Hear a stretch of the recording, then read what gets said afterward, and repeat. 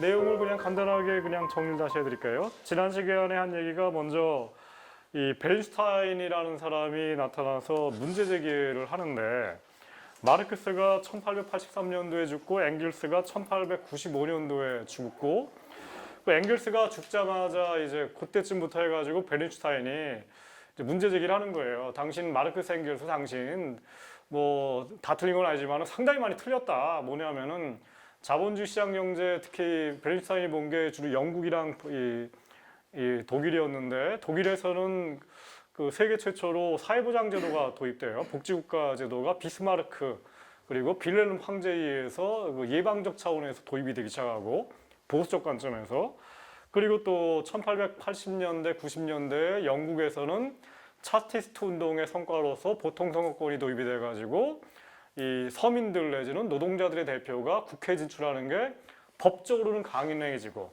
그러니까 결국은 법률적으로는 뭔가 이 서민들의 대표가 국회에 들어가서 법을 만들어 가지고 이제 이른바 노동시장 규제도 하고 임금 뭐 가령 임금 인상도 할 수 있는 법을 만들고 최저임금 같은 것도 할 수 있고 그러니까 우리가 알고 있는 이제 오늘날의 이 방식이 가능해지니까 이 베른슈타인이 얘기하기를 마르크스 앵겔스 당신들은 뭐 이런 얘기는 하나도 하지 않고 맨날 그냥 어떻게 하면은 사적 소유를 없애고 그 다음에 뭐 자본주의 국가 권력 어떻게 타도하고 이런 얘기만 하려고 했는데 그거만 아니어도 되는 거 아니냐.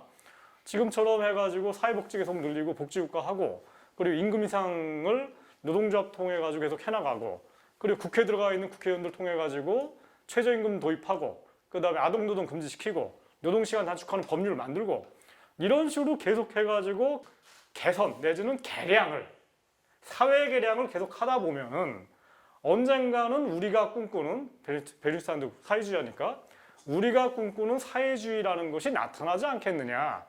국유화라는 것도 어느 날 갑자기 그냥 혁명 이렇게 하고 하는 게 아니라 국유화라는 것도 뭐 필요할 때마다 그냥 점진적으로 하나씩 국유화 시켜나가면 되는 거 아니냐라고 얘기를 한 거예요. 제가 볼 때 굉장히 이제 지금 우리가 봐서는 볼 때는 굉장히 합리적이고 뭐 현실 가능한 얘기를 한 거니까 참 좋은 문제 제기를 얘기를 했는데 또 이거에 대해서 이제 이거를 가장 강경하게 반대했던 첫 번째 사람은 카우츠키예요. 많은 사람들이 카우츠키랑 그 베른슈타인이라는 사람을 동급으로 놓고 양자가 다 똑같은 뭐 레닌과 반대도 이런 사람 보는데 그게 아니라 실제로는 베른슈타인을 가장 강경하게 비판했던 사람들이 카우츠키라는 사람입니다. 사실은 나중에 이제 이 카우츠키가 레닌 공산주의를 가장 또 비판하는 사람이 되고 카우츠키가 1920년대에는 베른슈타인이랑 같이 또 한 통속이 돼가지고 이제 레닌 공산주의를 또 비판하는 그런 입장에 쓰는 거예요. 근데 이 카우츠키라는 인물을 우리가 주목을 해야 되는 게 제가 좀 이따 다시 얘기하겠지만 홍기빈 박사가 그 몇 년 전에 그 빅포스와 그 잠정력 유토피아라는 책을 냈어요. 거기에 보면은 이제 그 앞에 한 절반 정도를 마르크스주의의 오류라고 해가지고 이제 비판하는 대목들이 쭉 나와요. 근데 그 홍기빈 박사도 마찬가지고 그리고 그분이 인용하는 책들도 마찬가지고 그분이 이야기하는 마르크스주의가 실제로는 정확하게 얘기해서 카우츠키적인 해석입니다. 그게 카우츠키는 뭐라고 해석하냐면은 마르크스주의라고 하는 것은 일종의 경제 결정론이고 그게 뭐냐면은 자본주의 체제가 붕괴되기 위해서는 우리가 의지에 의해서 그냥 어거지로 하는 그런 것이 아니라 자본주의가 굉장히 성숙하기를 우리가 기다려야 된다 이런 거예요. 그렇기 때문에 이제 혁명의 시가 딱 왔는데 그냥 함부로 움직이거나 이런 거는 다 반대합니다. 이게 카우츠키 해석이에요. 그래서 이거를 일종의 대기론이라고 그래요.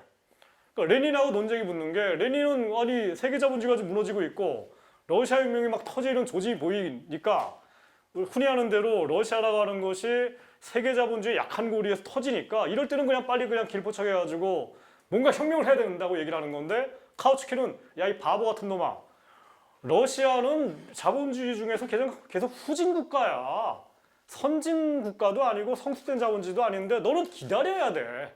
먼저 이 자본주의를 발전시키고 그 다음에 해야 되는 거야 라고 해석을 하는 거예요. 카우츠키가. 그리고 똑같이 이제 이 독일이라든가 영국 같은 경우에도 아직까지 뭐 마르크스 얘기한 것처럼 무슨 대공황이라든가 대불안 같은 게 안 터졌는데 따라서 자본주의가 몰락하는 건지 나 잘 모르겠다 이거야. 그러니까 야, 우리 그냥 좀 이렇게 가보자. 평화적으로 가보고. 그 다음에 독일 같은 경우에는 이 바이마르 공화국이라는 게 등장을 하니까 바이마르 공화국은 독일 역사상 처음으로 만들어진 민주주의 공화국이니까 이 민주주의 공화국을 먼저 강화시키자. 1단계로. 그리고 나서 이 자본주의가 정말 붕괴될 수 있지는 한번 두고 보자. 끊임없는 대기론입니다. 카우츠키 이론은. 그러니까 이제 이 뭔가 그냥 당장 뒤집어 엎으려는 사람들하고 다 부딪히는 거예요. 카우츠키는. 근데 하지만은 이 베르사인 카우츠키 주장은 좀 전에 얘기한 것처럼 이 경제결정론이고 그러면서 역사적 유물론이라고 하는 마르크스주의 이론 속에서 뭔가 인간의 능동성이라든가 이런 것들 다 없애버리고 그래서 이제 나중에 이제 레닌 같은 사람들은 카우츠키를 저 사람 얘기는 이 마르크스가 얘기했던 그 변증법적 유물론 그러니까 그 중에서 유물로만 얘기하고 변증법을 빼버렸다. 그러니까 변증법이라는 것은 뭐 이 인간의 역사가 자본주의 시장 경제라는 것이 모순으로 가득 차 있고 그 모순 속에서 대립이 싹트고 그 대립 속에서 자본주의가 저절로 무너지는 것이 아니라 뭔가 이 인간의 움직임에 의해서 움직인다.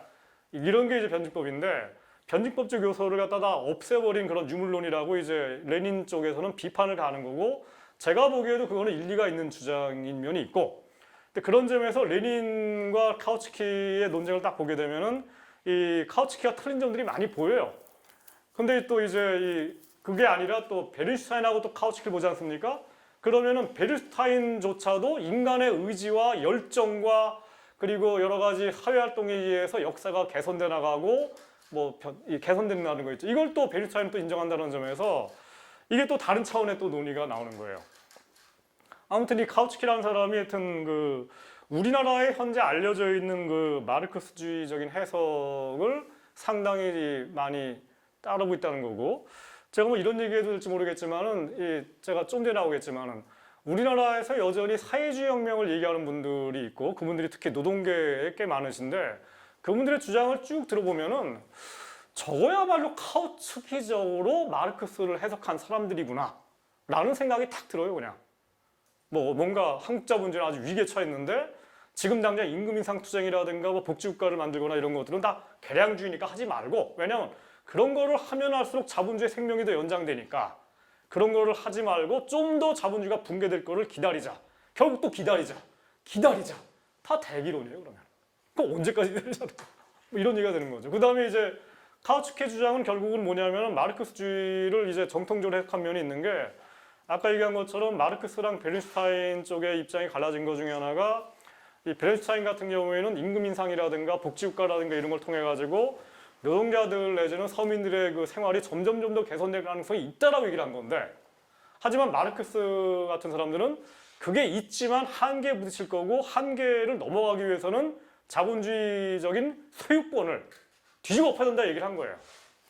근데 이제 요 점에 관해서는 이 카우츠키는 절대적으로 이제 마르크스를 옹호하고 있는 겁니다. 그러니까 이 자본주의적인 소유권, 사유재산권 이거가 결국은 모든 거의 핵심이다라고 카우츠키는 얘기를 하는 겁니다.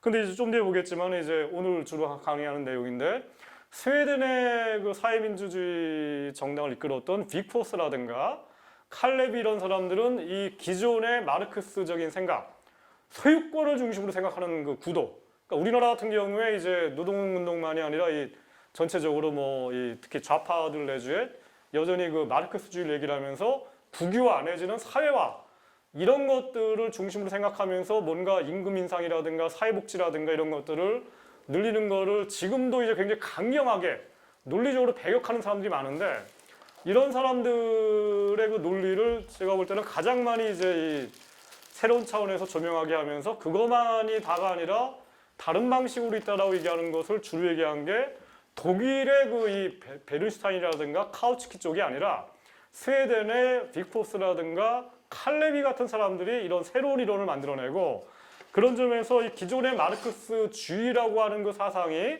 카우츠키적으로 해석되는 거의 그 한계를 넘어가는 사람들은 제가 보기에는 이 독일 쪽이 아니라 스웨덴 쪽 사람들이고 그런 의미에서 스웨덴이야말로 1920년대, 30년대 이 이른바 진보적인 경제 사상을 전반적으로 새롭게 일신했던 그런 사상적 조류가 아닌가 생각합니다. 그러니까 이 사람이 이제 카우츠키예요, 이 양반이. 그리고 여기 이제 이 양반이 이제 베른슈타인이고, 그다음에 가운데가 카우츠이고, 1920년대 바이마르 공화국 때 이제 같이 움직이는 모습들입니다. 이 사람은 그 로작 룩셈부르크였고요. 레닌하고 비슷하게 이제 사회민주주의 내지는 그 복지국가라든가 이런 것들을 다 개량주의가 비판하면서 자본주의적인 소유권을 전멸시키지 않는 이상은 자본주의는 끊임없이 복고화될 거고 반동화될 거고 라는 식으로 얘기를 하면서 이제 이 뭔가 자본주의적 소유권을 뒤집기 위해서는 뭔가 무장해가지고 해야 된다고 했고, 실제로 1918년에 그 독일에서 스파르타쿠스 반란이라는 거를 일으킨 사람이고, 그거를 바이마르 공화국이 진압을 하면서 우리나라로 치면은 요즘에 기무사 그 육군 방첩대 있죠. 여기를 동원해갖고 이제 이 여자를 이제 굉장히 잔인하게 죽여버려요. 바이마르 공화국이. 그거를 죽이는 거를 지휘한 사람이 바이마르 공화국에 참가하고 있었던 사회민주당 출신의 사회민주당 소속의 장관이었습니다. 그러니까 이제 이 독일 같은 경우에 굉장히 비극적인 역사가 탄생을 하는 게, 그 이후로 이제 독일을 비롯해서 유럽 전체에서 이 공산주의 운동과 사회민주주의 운동이 거의 적이 돼버리고, 그리고 특히 스탈린 체제 같은 경우에는 여러분들 아마 그 소설 같은 데서 보시겠지만은 1936년도에 스페인 내전 같은 경우에 그 누구를 위하여 정우를 위하여 같은 소설 같은 거 보면 나오죠. 거기 보면은 스탈린을 추종하고 있었던 그 이 코민테른, 그러니까 국제 공산주의 운동이 이 스페인 내전에 참가하고 있었던 이 사회민주주의라든가 아니면 아나키스트라든가 이 사람들을 거의 적으로 돌려가지고 막 서로 총질하는 이런 장면들이 나옵니다. 이런 것들이 다 이때부터 시작되는 거예요. 그리고 영국에는 페비안 소사이어티가 나타났고요. 이분들이고, 그 다음에 17년 혁명 레닌이 나타났고, 100년 전 얘기입니다. 그리고 또 하나 제가 지난 시간에 강조했던 것처럼 이제 지금부터 100년 전이었던 그 1919년에 그 우리나라에서 3.1운동이 일어났는데, 그 운동이 일어났던 그 계기가 뭐 우리나라 혼자만의 문제가 아니라 1차 세계대전이 끝나면서 그거에 대한 그 협상으로 국제연맹이라고 그러죠. 그런 게 만들어지고, 거기에 이제 우드로 윌슨이 뭔가 식민지의 민족이 뭔가 스스로 독립할 권리가 있다라는 그런 비슷한 얘기를 하죠. 왜냐하면 미국은 식민지가 별로 없었으니까, 믿질 게 없으니까 그런 얘기를 했는데, 그와 동시에 이제 레닌이 이제 민족 자결권에 관한 테즈를 발표해가지고 식민지의 민족들이 스스로 독립할 권리를 인정을 해줍니다. 레닌이. 그리고 그때부터 이제 우리나라에서 가령 독립운동을 하고 있었던 이동희 같은 사람들 아시죠? 이동희. 이런 사람들이 이제 모스크바로 가가지고 레닌을 만났고, 그러면서 그때부터 조선 독립운동 내에 공산주의 계열이 생기는 거예요.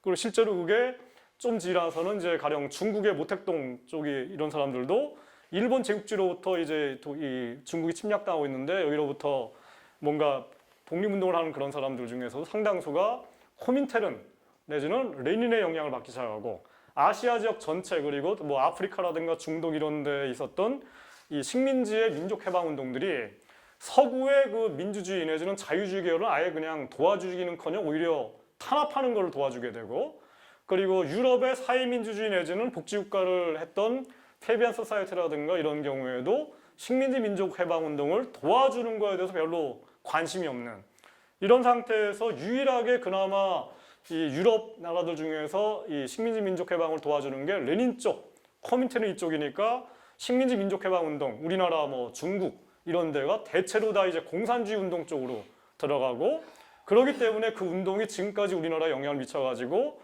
우리나라의 진보 운동이 뭐 NL, PD 이게 다 결국은 옛날 지금부터 무려 60년, 70년 전에 그 코민테른 구도거든요. 다 민족해방운동, 그다음에 공산주의운동 이런 쪽의 구도인데, 이 구도로부터 여전히 우리나라 진보운동이 못 벗어나고 있는 거고, 그래서 제가 볼 때는 한국의 진보운동이 지금 탈출을 못하고 있는 이 사고방식과 인식 프레임에서, 그렇기 때문에 미래 비전을 못 잡는 이런 거라고 생각하는데, 아무튼 이 식민지 민족해방운동을 우리 스스로가 식민지였기 때문에, 그리고 우리가 독립을 했고, 그 다음에 지금도 뭐 완전한 선진국은 아니기 때문에 뭐 일정 정도 이 중간적인 입장에 있고, 그렇기 때문에 식민지 민족해방 운동에 관한 한 저는 이 기존의 사회민주주의라든가 뭐 사회주의라든가 유럽식 관념들을 좀 넘어서야 되는 것이 필요하지 않는가 생각합니다. 지난 시간에 얘기했고요.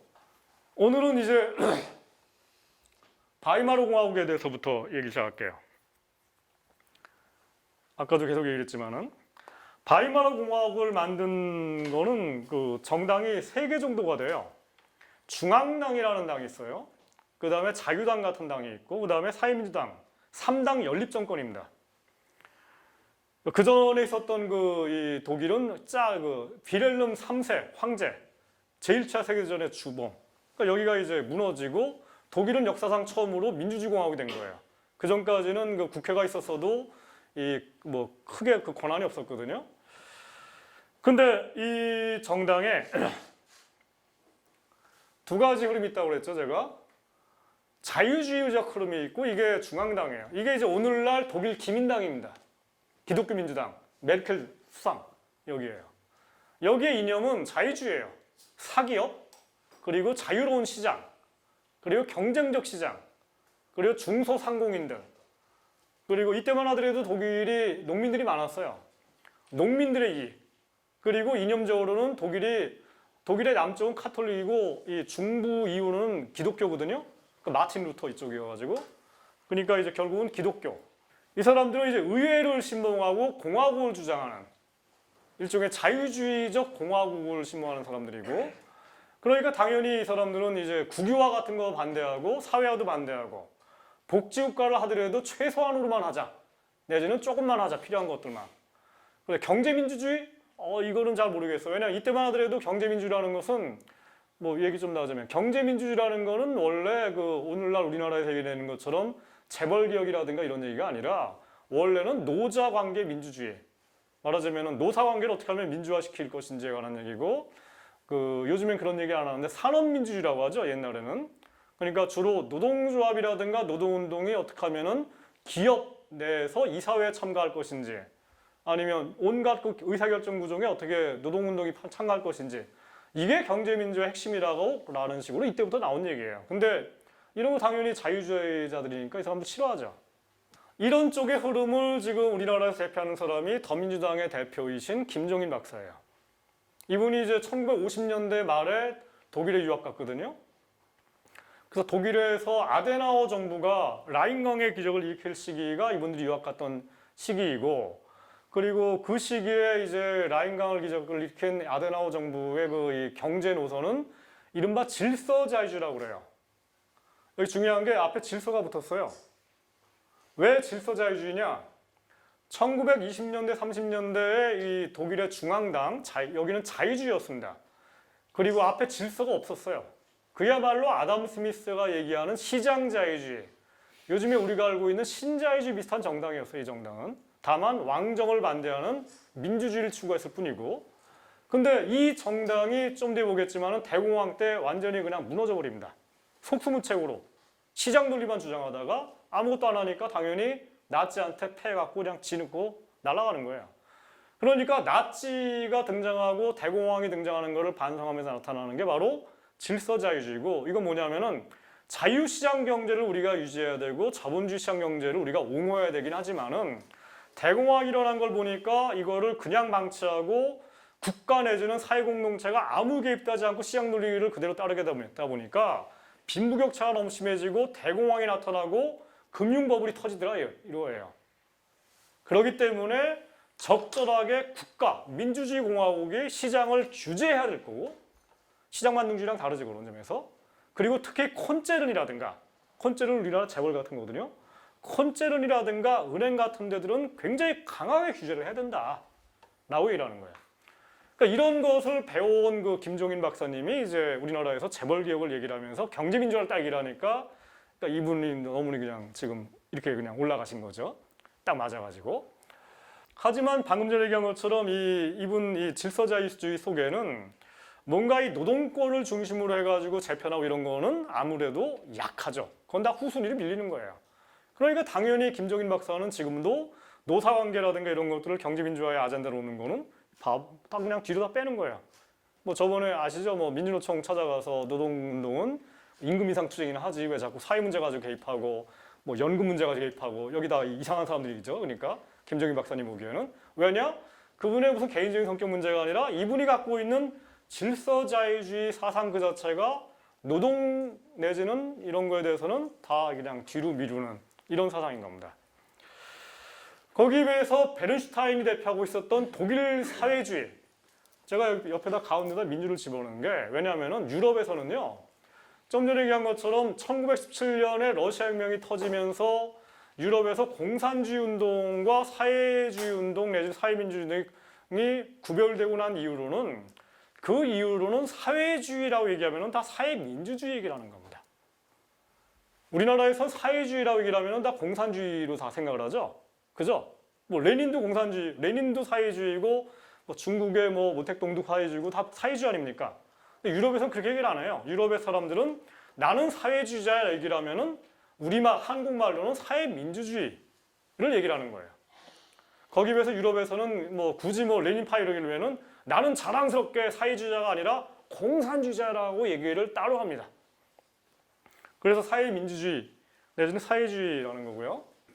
그러니까 이 사람들은 아무래도 노동운동 내지는 이제 서민들 운동에서 출발했기 때문에 이 소상공인들이라든가 이 중소상공업자들이 아니지 않습니까? 그러니까 노동조합, 그리고 사회복지, 복지국가, 그리고 노동조합을 중심으로 하는 경제민주주의를 얘기를 많이 할 수밖에 없고, 그리고 의회민주주의와 공화국은 또 여기랑 똑같죠. 그래서 이 양자가 이 연합해가지고 바이마르 공화국을 유지를 하는 게 가능했던 게 양자가 다 왕당파 내지는 이 보수 쪽을 반대하고 의회 민주주의 공화국은 찬성을 하는 거예요. 그러니까 말하자면 우리로 치면은 이 박근혜 대통령이 거의 지금 옛날 빅토리아 왕조를 꿈꾸면서 자기 스스로가 빅토리아 여왕처럼 행동을 하고 있는데, 그러니까 우리나라의 더민주나 뭐 안철수라든가 적어도 여기 계신 분들 포함해가지고 민주 야당들은 그 정도의 무슨 왕당파 같은 사람들은 아니지 않습니까? 적어도 대한민국이라는 나라를 뭔가 이 민주주의 공화국으로 제대로 유지시키려는 것은 있으니까 거기까지는 공통점이 있으니까 야당과 뭐 진보 정당 여기가 같이 갈 수 있는 여지가 있는 거죠. 하지만 이 경제민주주의라든가 복지국가 문제에 들어가게 되면은 사사건건 다 부딪히는 거예요. 이쪽은 경제민주주의는 그냥 김종인 박사님처럼 뭐 은행이라든가 뭐 아니면 재벌 규제 정도만 얘기를 하고 노동권을 강화시키는 내용의 경제민주주의에 대해서는 다 그냥 다 뒤로 제껴버리는 이런 식의 사람들이고, 이 사람들이 이제 그게 아니라 노동을 중심으로 하는 경제민주주의를 주로 주장하는 분들이고, 근데 또 하나 이제 여기랑 양자 공통점이 있습니다. 여기가 이제 이 질서자유주의자들이 가장 강조하는 것 중에 하나가 중앙은행 독립성이에요. 우리나라에도 이게 연관돼 있죠. 한국의 야당과 진보 쪽의 세력이 우리나라 지금 이 진보 쪽의 노동운동도 마찬가지인데 지난 20년 전, 30년 전부터 진보의 일관된 교리가 한국은행이 기획재정부 내지는 이 정부 관료로부터 독립돼야 된다는 겁니다. 그게 바로 박정희식 국가 관료 시스템으로부터 독립되는 최선의 길이라고 얘기를 했는데 똑같은 얘기를 했어요. 이 1920년대 초반에 독일에서 하이퍼 인플레이션이라는 게 발생을 해요. 그 역사 쪽에서 나오는 얘기죠. 그러니까 1마르크짜리가 뭐 한 3년 뒤에 뭐 가치가 10만 분의 1로 줄어요. 빵 하나 사려고 하는데 수레 전체에다가 마르크화를 실어가지고 갖다 줘야지만이 빵 하나 살 수 있을 정도로 이 똥값이 되는 거예요. 그만큼 이제 인플레가 진행되니까 이때 쓰라린 기억 때문에, 그리고 이거를 이 하이퍼 인플레이션을 실제로 맞이한 게 이 바이마르 공화국이었거든요. 그래서 바이마르 공화국이 이 출범하자마자 이 인플레를 어떻게 잡으려고 하는지에 대해서 굉장히 큰 노력을 했고, 이때 이제 재무부 장관이 힐퍼딩이에요. 마르크스 경제학을 좀 공부한 사람은 이제 힐퍼딩을 좀 알아요. 왜냐면 금융자본론이라는 책을 썼고, 이 금융자본론이 금융자본론이라는 책이 나온 게 1900년 정도인데, 이 금융자본론을 참조해가지고 레닌이 제국주의론을 써요. 그리고 그 제국주의론이 전 세계의 이 진보 지식인들한테 엄청난 영향을 끼칩니다. 그리고 우리나라에도 지금 저보다 더 왼쪽에 있는 분들, 이분들은 레닌의 제국주의론과 힐퍼딩의 이 금융자본론을 그거를 그대로 인용하면서 우리나라 현대자본주의를 오늘날 자본주의 해석하려고 하는 사람들이 많아요. 근데 뭐 좀 이따 이제 제가 이 저작들이 한계가 뭐가 있는지 좀 얘기해 드리겠지만은, 근데 이 사람들은 이제 이 힐퍼딩도 마찬가지고, 이 힐퍼딩의 그 사부님이 누구냐면은 카우츠키예요. 카우츠키가 이때 이미 나이가 70이 넘어가지고 은퇴했거든요.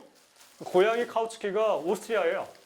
오스트리아 돌아갔고 힐퍼딩도 이 오스트리아 사람이에요.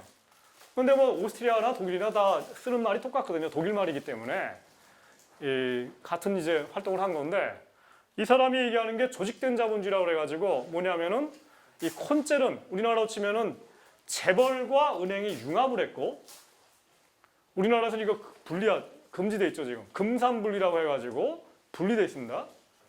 근데 독일 같은 경우에는 이 은행 제도가 좀 달라가지고 이 얘기 진짜 또 복잡해지는 얘기인데 은행 제도가 달라가지고 독일 같은 경우에 그리고 오스트리아라든가 독일이라든가 아니면 이 체코라든가 이런 나라들은 지금도 금산분리가 없어요.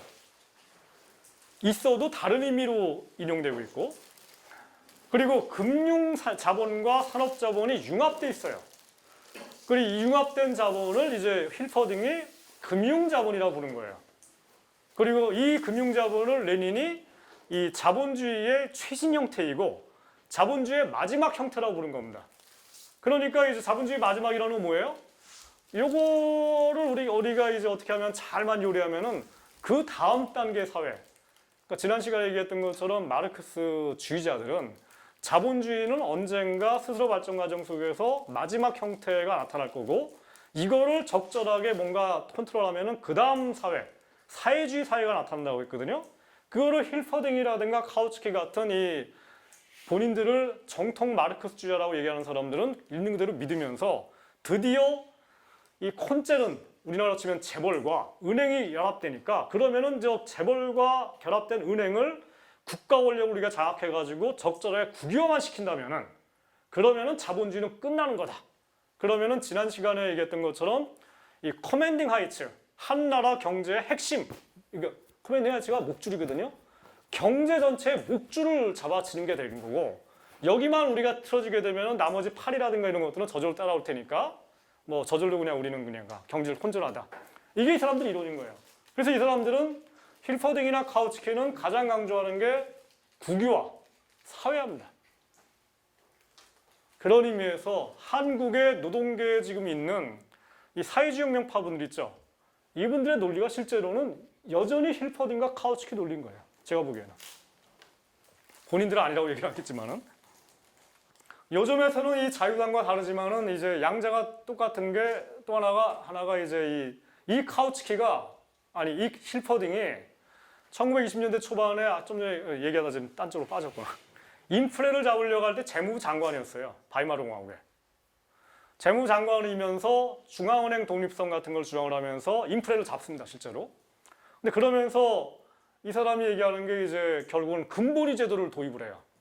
근본위 제도 약간 어려운 얘기를 하는데 근본위 제도라는 건 뭐냐면은 우리나라 쓰는 그 원화 있죠, 10,000원짜리 이런 것들을 만약 근본위로 연결시키게 되면은 원화 가치가 떨어질 일이 없어요. 왜냐하면은 한국은행이 돈을 더 찍어낼 때 반드시 예비금을 만들어내야 되니까. 그러면은 이제 마치 내가 갖고 있는 돈이 금과 똑같은 가치가 있으니까 사람들이 인플레 걱정할 필요가 없는 거죠. 이게 근본위제인데 문제는 이제 이거 뭐 복잡한 얘기인데 저 근본위제가 다시 부활을 하면서 결국은 대공황이 터진다라고 나중에 경제학자들이 설명을 합니다. 결국은 힐퍼딩이 독일에서 발생한 1930년대에 이 대공황을 힐퍼딩이 못 막거나 아니면은 막는 데를 포기해버려요. 좀 뒤에 얘기할게요. 그러면서 이제 이 힐퍼딩 같은 사람들의 잘못 때문에 독일 사회민주당이 대공황 속에서 아무것도 안 하거나 못하게 되고 그리고 이 틈을 파고드는 게 히틀러의 나치당이에요. 나치당은 근본위제를 버려버렸거든요. 돈을 막 찍어내.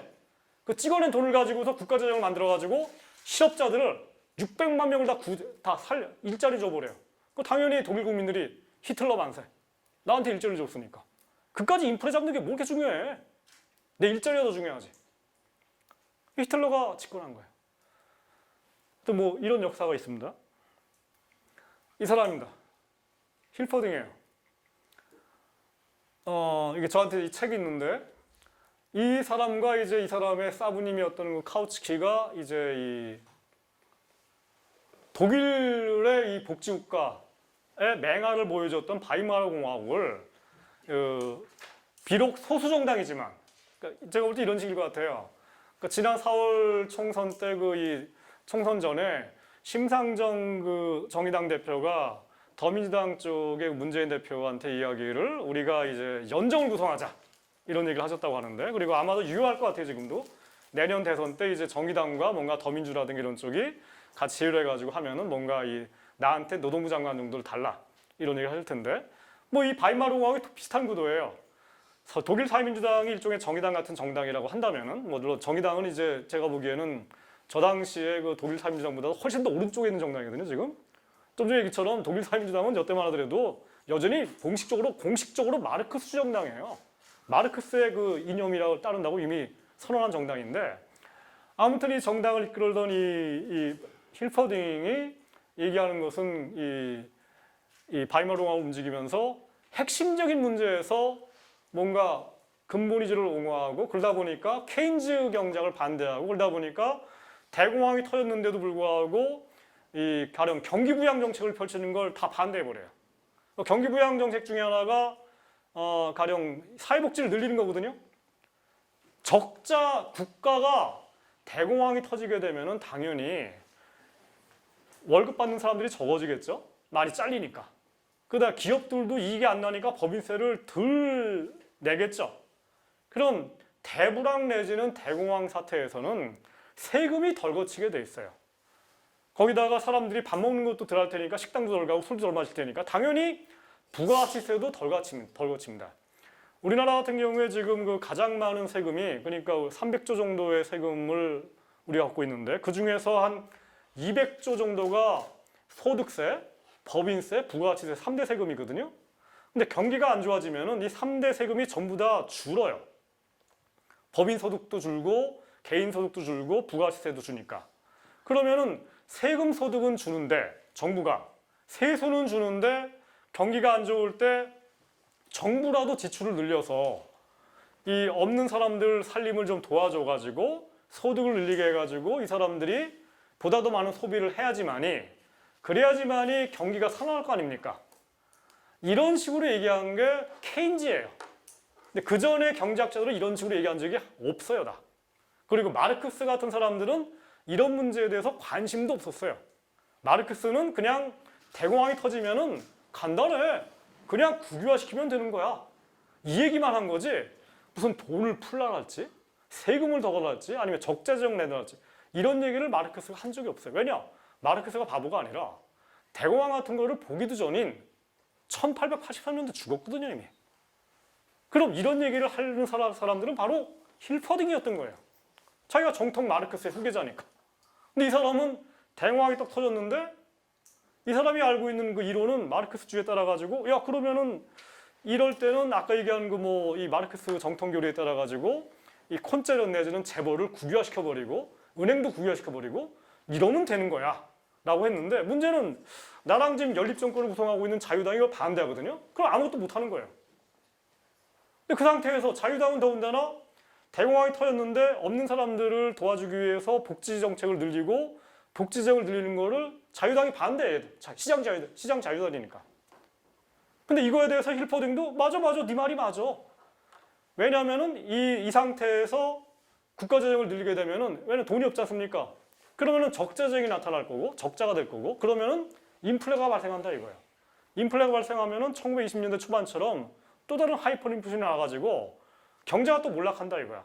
그러니까 힐퍼딩도 역시 대공황 싸움에서 우리도 긴축을 하자 이렇게 되는 겁니다. 자, 이런 얘기가 옛날 얘기가 아닙니다. 작년에 그리스에서 시리자라는 정당이 똑같은 오류를 저질렀어요. 그리고 유럽에 가령 이 스페인 사회민주당, 그리고 독일 사회민주당, 그리고 영국 노동당, 작년까지 여기가 방금 전에 제가 얘기했던 힐퍼딩의 오류를 똑같이 반복을 해요. 대불황이 터져가지고 지금 경제가 절단이 나게 생겼는데 공무원들 다 잘라버려요. 왜냐? 국가재정이 모자란다 이거야. 공무원들 자르고 사회복지사 다 잘라버리고 노동자부대 공공기관 다 잘라버리고 이런 세종문화회관 이런 공공문화시설들 여기서 일하는 사람들 월급 확 줄여버리고 다 내보내고. 왜? 아껴가지고 흑자를 내야 되니까. 재정 흑자를 내야 되니까. 그리고 그래야지만이 채무자들, 그러니까 채권자들, 그리스 같은 경우에 채권자가 누구였습니까? 이 IMF라든가 이런 데죠. 채권자들로부터 받은 뭐 1,000억 달러 정도를 갚아야 되니까 똑같은 식으로 힐퍼딩이 얘기한 거예요. 그러니까 이제 대공황 속에서 복지를 줄여버리고 서민들 다 잘라버리고 이런 상태인데 이 틈에 이제 히틀러의 나치당은 반대 얘기를 합니다. 내가 집권하게 되면은 돈을 어떻게든지 마련해가지고 지금 뭐 이 몇백만 명이 이러는 그 실업자들 다 구제할 거고 요즘으로 치면은 청년들 모조리 다 그냥 공공기업에 취업시키겠다. 그거 말 안 듣는 공기업 장들 다 잘라버리겠다. 라고 얘기를 한 겁니다. 실제로 히틀러가 이 약속을 지켜요. 그러니까 히틀러 만세인 거예요. 지난 시간에 얘기했던 것처럼 그 히틀러의 그 이 사상은 나치라고 하는데 나치가 독일 말로 내셔널, 소셜리스트, 그 다음에 아르바이터, 파티예요. 민족, 사회주의, 노동자당입니다. 이거를 이제 나, 그 다음에 S, 치 해갖고 이거를 줄인 게 나치예요. 줄임말이 나치예요, 이게. 민족, 사회주의, 노동자당이라는 그 독일 말을 줄여서 부르는 게 나치당인 거예요. 나치예요, 나치. 자, 그럼 여기 민족, 아리안족 제일주의입니다. 유태인들은 다 죽여야 되는 거고, 슬라브족들은 다 노예화시켜야 되는 거고, 그리고 이제 아시아 사람들은 뭐 원숭이라고 거의 얘기하거든요. 이 히틀러가. 그러니까 원숭이니까 뭐 죽일 필요도 없죠. 왜냐면 그냥 다 불려먹으면 되는 거니까. 민족주의고 그 다음에가 이제 사회주의예요. 사회주의라는 것은 지난 시간에 얘기한 것처럼 뭐 특별하게 뭐 마르크스주의 이런 게 아니라 사회주의라고 하는 것은 유럽적인 의미에서는 그냥 사회복지 같은 것들을 주겠다. 누구에게? 아리안족에게만. 그리고 노동자당입니다. 그 얘기는 자본가의 당이 아니에요. 나치당은. 나치당은 처음 출발할 때부터 우리는 이 자본가들이 아니라 서민들 그리고 노동자들 이 사람들을 대변한다라고 나온 겁니다. 이게 나치당이에요. 실제로 나치당을 그 움직이는 그 운동 중에는 이 노동자 조직이 있었어요. 그게 이제 뭐 SS 아시죠? 돌격대 SA SS는 친위대예요. 이 친위대가 왜 있는지 아십니까?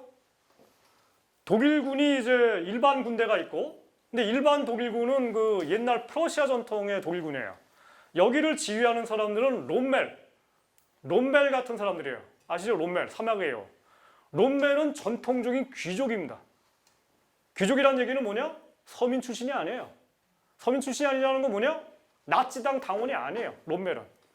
그러니까 롬멜이 이제 그 2차 대전 끝나기 1년 전에 히틀러 암살 음모가 있거든요. 거기 롬멜이 연관돼 있어요. 그리고 이 암살 음모를 추진한 사람들이 바로 프러시아 전통을 가진 귀족 장교단들이었어요. 이 사람들이 이제 히틀러 같은 그런 히틀러는 완전히 그냥 뭐 서민 그냥 거의 노숙자 출신이니까 저런 쪼다 같은 놈이 무슨 영웅이야 해가지고 이제 암살 음모를 꾸린 거예요. 하여튼 이 나치당을 움직였던 사람들은 나치 운동을 펼친 사람들은 실제로 서민들 특히 아주 그냥 요즘으로 치면 이제 우리나라에서 몰락한 영세 상인들 그 다음에 노숙자들 이런 사람들이 나치 운동을 실제로 움직인 사람들이야. 물론 이제 여기에 돈을 댄 사람들이 있죠. 돈 댄 사람들은 이제 엄청난 갑부들 이런 사람들이고 뭐 옛날 얘기 자꾸 하니까 좀 어려워지는데 오늘날 현대판 나치 비슷한 정향을 가장 지금 노골적으로 보인 사람이 바로 미국의 트럼프예요. 미국의 트럼프에 관한 그 보도를 보세요. 가장 많이 지지하는 게 누굽니까? 가난한 일자리를 잃은 백인 노동자 서민들입니다. 이 사람들한테 트럼프가 너희들이 일자리를 잃고 너희들이 지금 힘이 없고 소득이 없는 이유는 저 이 아시아 놈들, 인도 놈들, 흑인 놈들 저놈들이 너희들 일자리를 뺏어가는 거기 때문이니까 이민을 다 못하게 만들어 오고 인종주의적이죠. 그 다음에 저 이 기독교 아닌 사람들이 들어오는 거니까 우리 기독교 정신을 지키자. 그러니까 말하자면 기독교를 믿고 백인 그게 뭡니까? 아리안족이죠. 아리안족에만 하는 거고 그 다음에 트럼프가 지금 주장하는 게 뭔지 아시죠? 부자 증세를 요구하고 있어요. 트럼프가. 그 다음에 최저임금을 높여야 된다는 얘기를 하고 있습니다. 오늘 신문 보니까. 트럼프가. 그러니까 미국의 샌더스와 트럼프가 이야기하는 것이 일정 부분 지금 겹치고 있어요. 그러니까 둘 다 샌더스도 마찬가지고 트럼프도 마찬가지고 지금 이 대공황 속에서 대불황 속에서 빈부격차가 심화되는 거에 타격받은 이 빈민들, 없는 사람들, 양자가 다 이 사람들 편을 들고 있는 거예요. 트럼프도 마찬가지고 샌더스 마찬가지고. 똑같이 이 1930년대 대공황 속에서도 나치당이 명백하게 없는 사람들 편을 들었어요. 실제로 집권해가지고 이걸 실현을 하는 거예요. 근데 정작 이 사람들 편을 들어가지고 이 사람들의 그 삶의 애환을 해결하고 먹고 사는 문제를 해결해야 되는, 밥 먹여주는 민주주의를 해결했을 바이마르 공화국의 좌파 정당이라 할 수 있는 독일 사회민주당의 카우츠키라 이 사람들은 대공황 속에서 아무것도 하지 않고 오히려 복제산을 죽여버리지 않나, 공무원들을 잘라버리지 않나, 이러니까 민심을 완전히 다 잃어버린 거예요. 그러니까 나치당이 집권해가지고 불과 6개월 뒤에 독일 사민주당을 금지시켜버리거든요. 금지라는 건 뭐냐? 체포돼서 강제 수용소로 보내버린 거예요.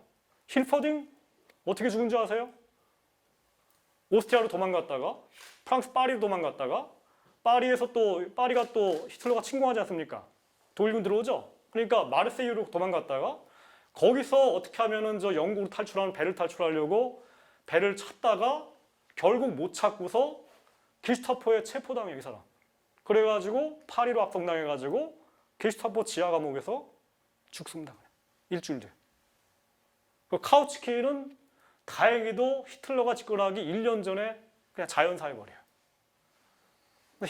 힐퍼딩만이 아니라 이 당시에 그 살았던 독일의 그 사회주의 운동가들, 복지국가 운동가들이 거의 뭐 대부분 다 뭐 강제 수용소에 들어가 있거나 아니면은 뭐 독살당하거나 총살당하거나. 사회민주당이 이 정도면은 독일 공산당 있죠. 여긴 뭐 그냥 볼 것도 없죠. 뭐 다 가스실에 들어가지 않으면 다행인 거고. 이런 식이었죠.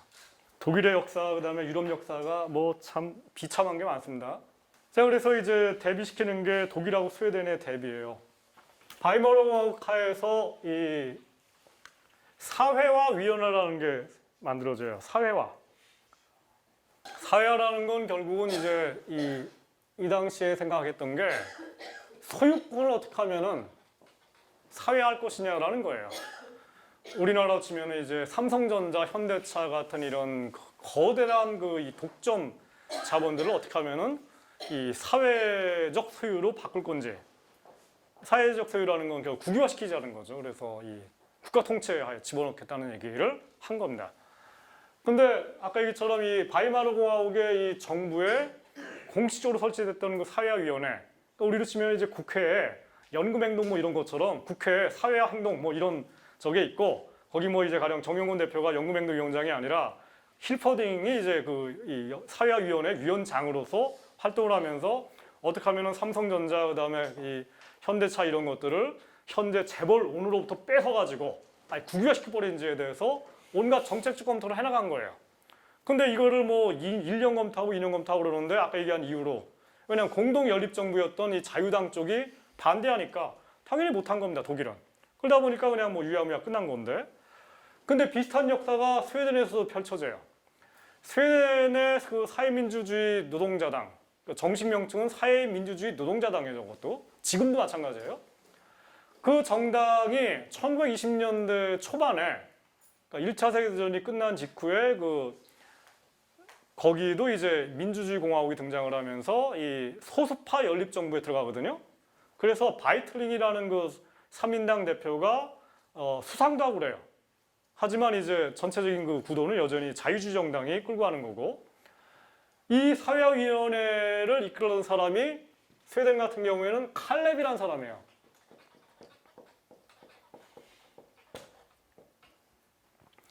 이 사람은 이 독일의 힐퍼딩이나 카우츠키와는 상당히 다른 식으로 생각을 합니다.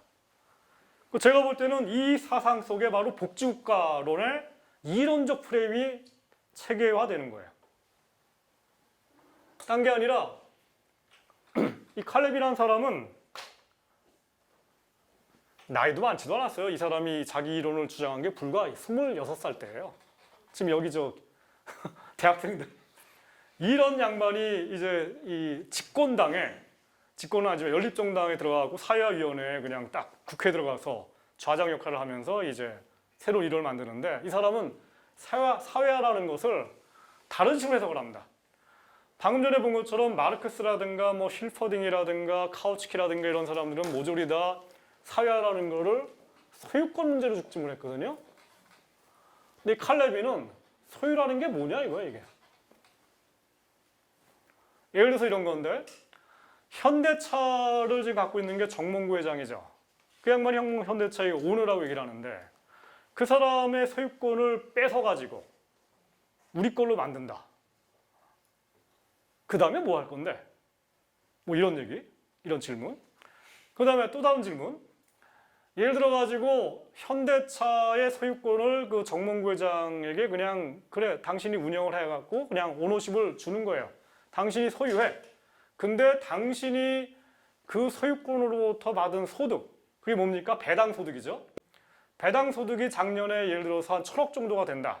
그 1,000억에 대해서 만약에 민주주의 공화국이 매년 800억 정도의 세금을 때려버린다면 세금이라는 거는요, 소득세라는 거는 강제 몰수예요. 정확하게 얘기해서. 내가 작년에 1,000만 원을 벌었는데 나 세금 내시죠? 근로소득세. 내가 분명히 월급을 1,000만 원을 벌었는데 근데 근로소득세를 떼지 않습니까? 이거 안 내면 어떻게 됩니까? 안 내면 나중에 추징 들어오죠? 계속 안 내면 감옥 갈 수도 있어요. 그게 뭡니까? 국가 권력이 강제로 소득에서 뺏어가는 게 세금이에요. 그게 뭐냐면은 이 정몽구 회장으로부터 현대차 소유권을 뺏는 것만 강제적 뭐 저게 아니라 정몽구 회장에게서 소유권을 인정한 채로 소득에 대해서 세금을 엄청 매하고 소득을 가져가는 것도 이것도 강제적인 거예요. 그럼 이제 정몽구 회장이 입장에서 봤을 때는 미치고 환장하죠. 아니 내가 이 소유권을 가지고서 막 열심히 일했는데 이거 가지고서 1,000억 벌었는데 800억 가지가 이 개 빨갱이들을 막 욕하겠죠. 근데 만약에 이론적으로 그냥 더 상상을 해가지고 1,000억을 벌었는데 999억을 세금으로 가진다고 가정해 봅시다. 1억만 주고 999억을 가져가가지고 사회복지에다 써버려요. 그래갖고 등록금도 다 무상화시켜버리고 그 다음에 뭐 온갖 그냥 우리가 꿈꾸는 그런 그 복지를 다 하는 거죠. 그럼 정몽구 회장 입장에서는 야 나는 뭐 그냥 페이퍼상의 소유권만 있는 거지 거기서부터 벌어들이는 소득에 대해서는 나는 아무런 한도 없으니까 나는 정말 그 종이 사장이구나. 나는 정말 그냥 열심히 그냥 국가를 위해서 봉사하는 사람일 뿐이지. 뭐 이런 의미가 그런 얘기를 할 때 이런 얘기 할 수 있죠. 소유권이라는 것은 그냥 증서에 불과한 의미가 되는 거예요. 그죠? 그래서 이제 이런 비슷한 얘기를 칼레비가 한 거예요. 소유권이라는 것은 여러 가지 권리가 뭉쳐 있는 거고, 가령 뭐 여러분들 이 주택 같은 경우에도 주택을 여러분들이 매매할 수도 있고, 전세를 줄 수도 있고, 월세를 줄 수도 있고, 여러 가지 권리들이 있거든요. 그런 여러 가지 권리들이 다 합쳐져 있는 게 소유권이기 때문에 법학자들이 보기에도 이 소유권을 사회화시킨다는 것은 반드시 이 마르크스라든가 힐퍼딩이라든가 카우츠키처럼 생각할 필요가 없고 세금을 때리는 거, 법인세를 부과하고 소득세를 때리는 것도 일종의 사회화고 이 소유권의 사회화가 아니라 소득의 사회화죠. 그죠? 그리고 복지국가를 만드는 거. 복지국가라는 것도 일종의 사회화라는 겁니다. 소득을 사회화시켜가지고 골고루 쓰자는 얘기니까 이것도 일종의 사회화 정신에 맞는 거죠. 이런 식으로 처음으로 이론을 얘기한 게 칼레비예요. 스웨덴에. 독일은 그런 적이 없어요. 그 다음에 이제 이 사람을 이어받는 게 이제 이 사람이 일찍 죽어요. 이런 얘기를 한 지 뭐 몇 년 뒤에 나이가 한 29살 정도 됐을 때 이미 죽어버립니다. 무슨 병이 걸려가지고. 제가 소유권에 대해서만 얘기를 했는데 또 하나 얘기가 이제 시장 경쟁 문제인데 마지막에 나와 있네요. 먼저 힐퍼딩 얘기를 다시 할게요. 힐퍼딩이라든가 카우츠키라든가 아니면 전통적인 마르크스의 사상에 따르면은 자본주의 시장 경제는 끊임없이 중소기업들이 인수되고 합병되고 이러면서 처음에는 한 100개 정도의 기업들이 있었던 그 산업이 뭐 한 5년 정도 지나면 한 50개만 남고 그 다음에 한 20년 지나면 뭐 10개 정도만 남고 한 30년 정도 지나면 한 5개 정도만 남는 이런 식이 되면서 완전한 경쟁적 시장이 아니라 일정 정도의 대규모화되어 있는 특정 기업들 몇 개가 과점화된다라는 식으로 얘기를 했어요. 사실 맞는 얘기예요. 예를 들어서 여러분들 보세요. 지금 그 과자 만드는 거. 옛날에는 뭐 과자 만드는 회사가 굉장히 많았을 텐데 지금은 뭐 롯데, 혜태 뭐 몇 개가 회사가 다 그냥 시장을 다 장악을 하고 있죠. 왜냐하면 그 정도가 안 되면은 이 마케팅 비용이라든가 뭐 이런 것들을 감당할 수가 없는 거예요. 그 정도가 돼야지만이 뭐 엄청난 기계 설비라든가 이런 투자할 수가 있으니까 최소한 뭐 자본금이 한 뭐 몇천억, 총 자산이 한 1조 정도가 돼야지만이 과자 같은 것도 만들 수가 있고 아니면 뭐 칠성사이다 이런 것도 만들 수가 있는 이런 게 되는 거예요. 그러니까 실제로 우리가 보는 것처럼 자본주의 시장 경제라는 것은 원래 아담 스미스라는 사람이 생각한 이 경제라는 자본주의의 가장 바람직한 경제는 과자를 만드는 생산자들이 수백 개가 있고 그렇기 때문에 누구도 시장을 장악할 수가 없고 그렇기 때문에 가격을 책정하는 데서도 나 혼자 책정할 수가 없으니까 이른바 가격 담합이 불가능한 이런 시스템이었어요. 근데 이미 칼막스가 살던 1850년대, 60년대가 되니까 거대한 그 이 독과점 기업들이 나타나요. 그래가지고 몇 개 업종들을 다 그냥 지들이 그냥 휘두르죠. 담합을 해가지고 가격을 막 올려버리고 이러는 거죠. 여러분들 뭐 가격 올리는 거 많이 봤죠? 우리나라 뭐 과자 업계들도 뭐 초코파 이런 것들도 그냥 슬쩍슬쩍 올리고 라면 회사들이 라면 가격 다 했고 막 올리고 대표적인 게 이제 CJ 같은 제가 제일 좋은 게 저거네. 설탕 있죠, 설탕. 설탕을 만들어 파는 회사가 우리나라에 3개인가 4개밖에 없거든요. 그 그 제일제당이랑 그다음에 CJ랑 그다음에 뭐 몇 개밖에 없는데 얘들이 외국에서 수입해 갖고 들여온 거를 약간 가공해 갖고 파니까 엄청난 노하우가 필요한 것도 아닌데 이거를 담합을 하고 있어요. 공정거래위원회가 이걸 잡아내요. 근데 그렇게 하는데 아무튼 칼막스 같은 사람들이나 힐퍼딩이나 뭐 카우츠키 이런 사람들은 뭐라고 생각했냐면은 이 수백 개의 그 기업들이 완전한 경쟁적 자본주의를 하다가 이게 몇 개밖에 안 남고 그다음 결국은 다시 하나밖에 안 남는 이거를 완전 독점이라고 그래요. 이렇게 되는 과정을 자본주의 시장 경제에 어쩔 수 없는 불가피하다고 얘기를 합니다. 이게 칼막스의 이론이에요. 그리고 카우츠키도 마찬가지고 힐퍼딩도 마찬가지였고 독점화는 불가피하다. 그럼 완전히 독점화되니 하나의 생산자 여기에 이제 오너가 있겠죠. 그 자동차 예를 들어서 우리나라 자동차 회사가 뭐 현대차, 기아차, 뭐 GM 그리고 르노, 삼성 그다음에 또 외국에서 들어오는 뭐 폭스바겐이 많은데 이것들 전체가 다 하나로 다 그냥 경쟁 과정에서 다 망해버리고 오로지 현대 기아차 하나만 딱 남은 거예요. 그리고 우리는 이 차 말고는 살 수가 없어. 자 그러면은 이 정몽구 회장이 완전히 갑질을 하는 거죠. 차값을 막 올려도 우리는 그 차 말고 없으니까 그거밖에 살 수가 없어요. 그러면은 총체적으로 사회 전체가 한국 사회를 살고 있는 5천만 명 전체가 현대차라고 하는 완전 독점 회사에 의해서 약탈당하는 겁니다. 약탈 내지 수탈당해요. 이렇게 될 거라고 칼막스가 예측을 한 거예요. 그리고 칼막스는 하나 더 얘기해서 이렇게 되는 것을 막을 필요가 없다라고 얘기를 한 겁니다. 불가피할 뿐만 아니라 막을 수도 없지만은 막을 필요도 없다고 얘기를 한 거예요. 왜냐? 이렇게 돼가지고 사회 전체가 약탈당하면은 사회 전체가 이놈 죽여라, 이놈 없애라고 발랄일으킬 거 아닙니까? 그죠? 나쁜 놈이니까, 갑질하니까, 혼자. 그러면은 이 사회 전체가 간단하죠? 완전한 독점체인 현대기아차 하나만 딱 국가 내지는 민주주의 공화국의 그냥 소유권으로 그냥 뺏어가지고 하면은 아이디어란 꿈의 세상이 나타난다는 게 바로 칼막스의 전통적인 사상이에요. 이게 칼막스 사상이에요. 이걸 이어받은 게 힐퍼딩과 카우츠키였고 레닌도 비슷하게 생각한 거고. 근데 스웨덴 같은 경우에 좀 전에 얘기해봤던 칼렙이라든가 빅보스는 다르게 생각하는 거예요. 그러지가 않습니다. 라고 하는 거고 우리도 그렇게 생각을 안 합니다. 오늘날 우리나라에 지금 그 공정거래위원회라는 위원회가 있어요. 그 여기서 이런 그 가령 자동차 회사들이 뭐 뒤로 짜가지고 뭐 가격을 담합하지 않습니까? 그 담합하는 걸 다 잡아내가지고 담합을 한다는 게 밝혀지면은 뭐 몇십억, 몇백억, 뭐 많을 경우 몇천억의 벌금을 때려버려요. 담합 못하게 만들어요. 그리고 이렇게 뭐 한 뭐 세네 개 회사라든가 이런 것까지는 용인을 해.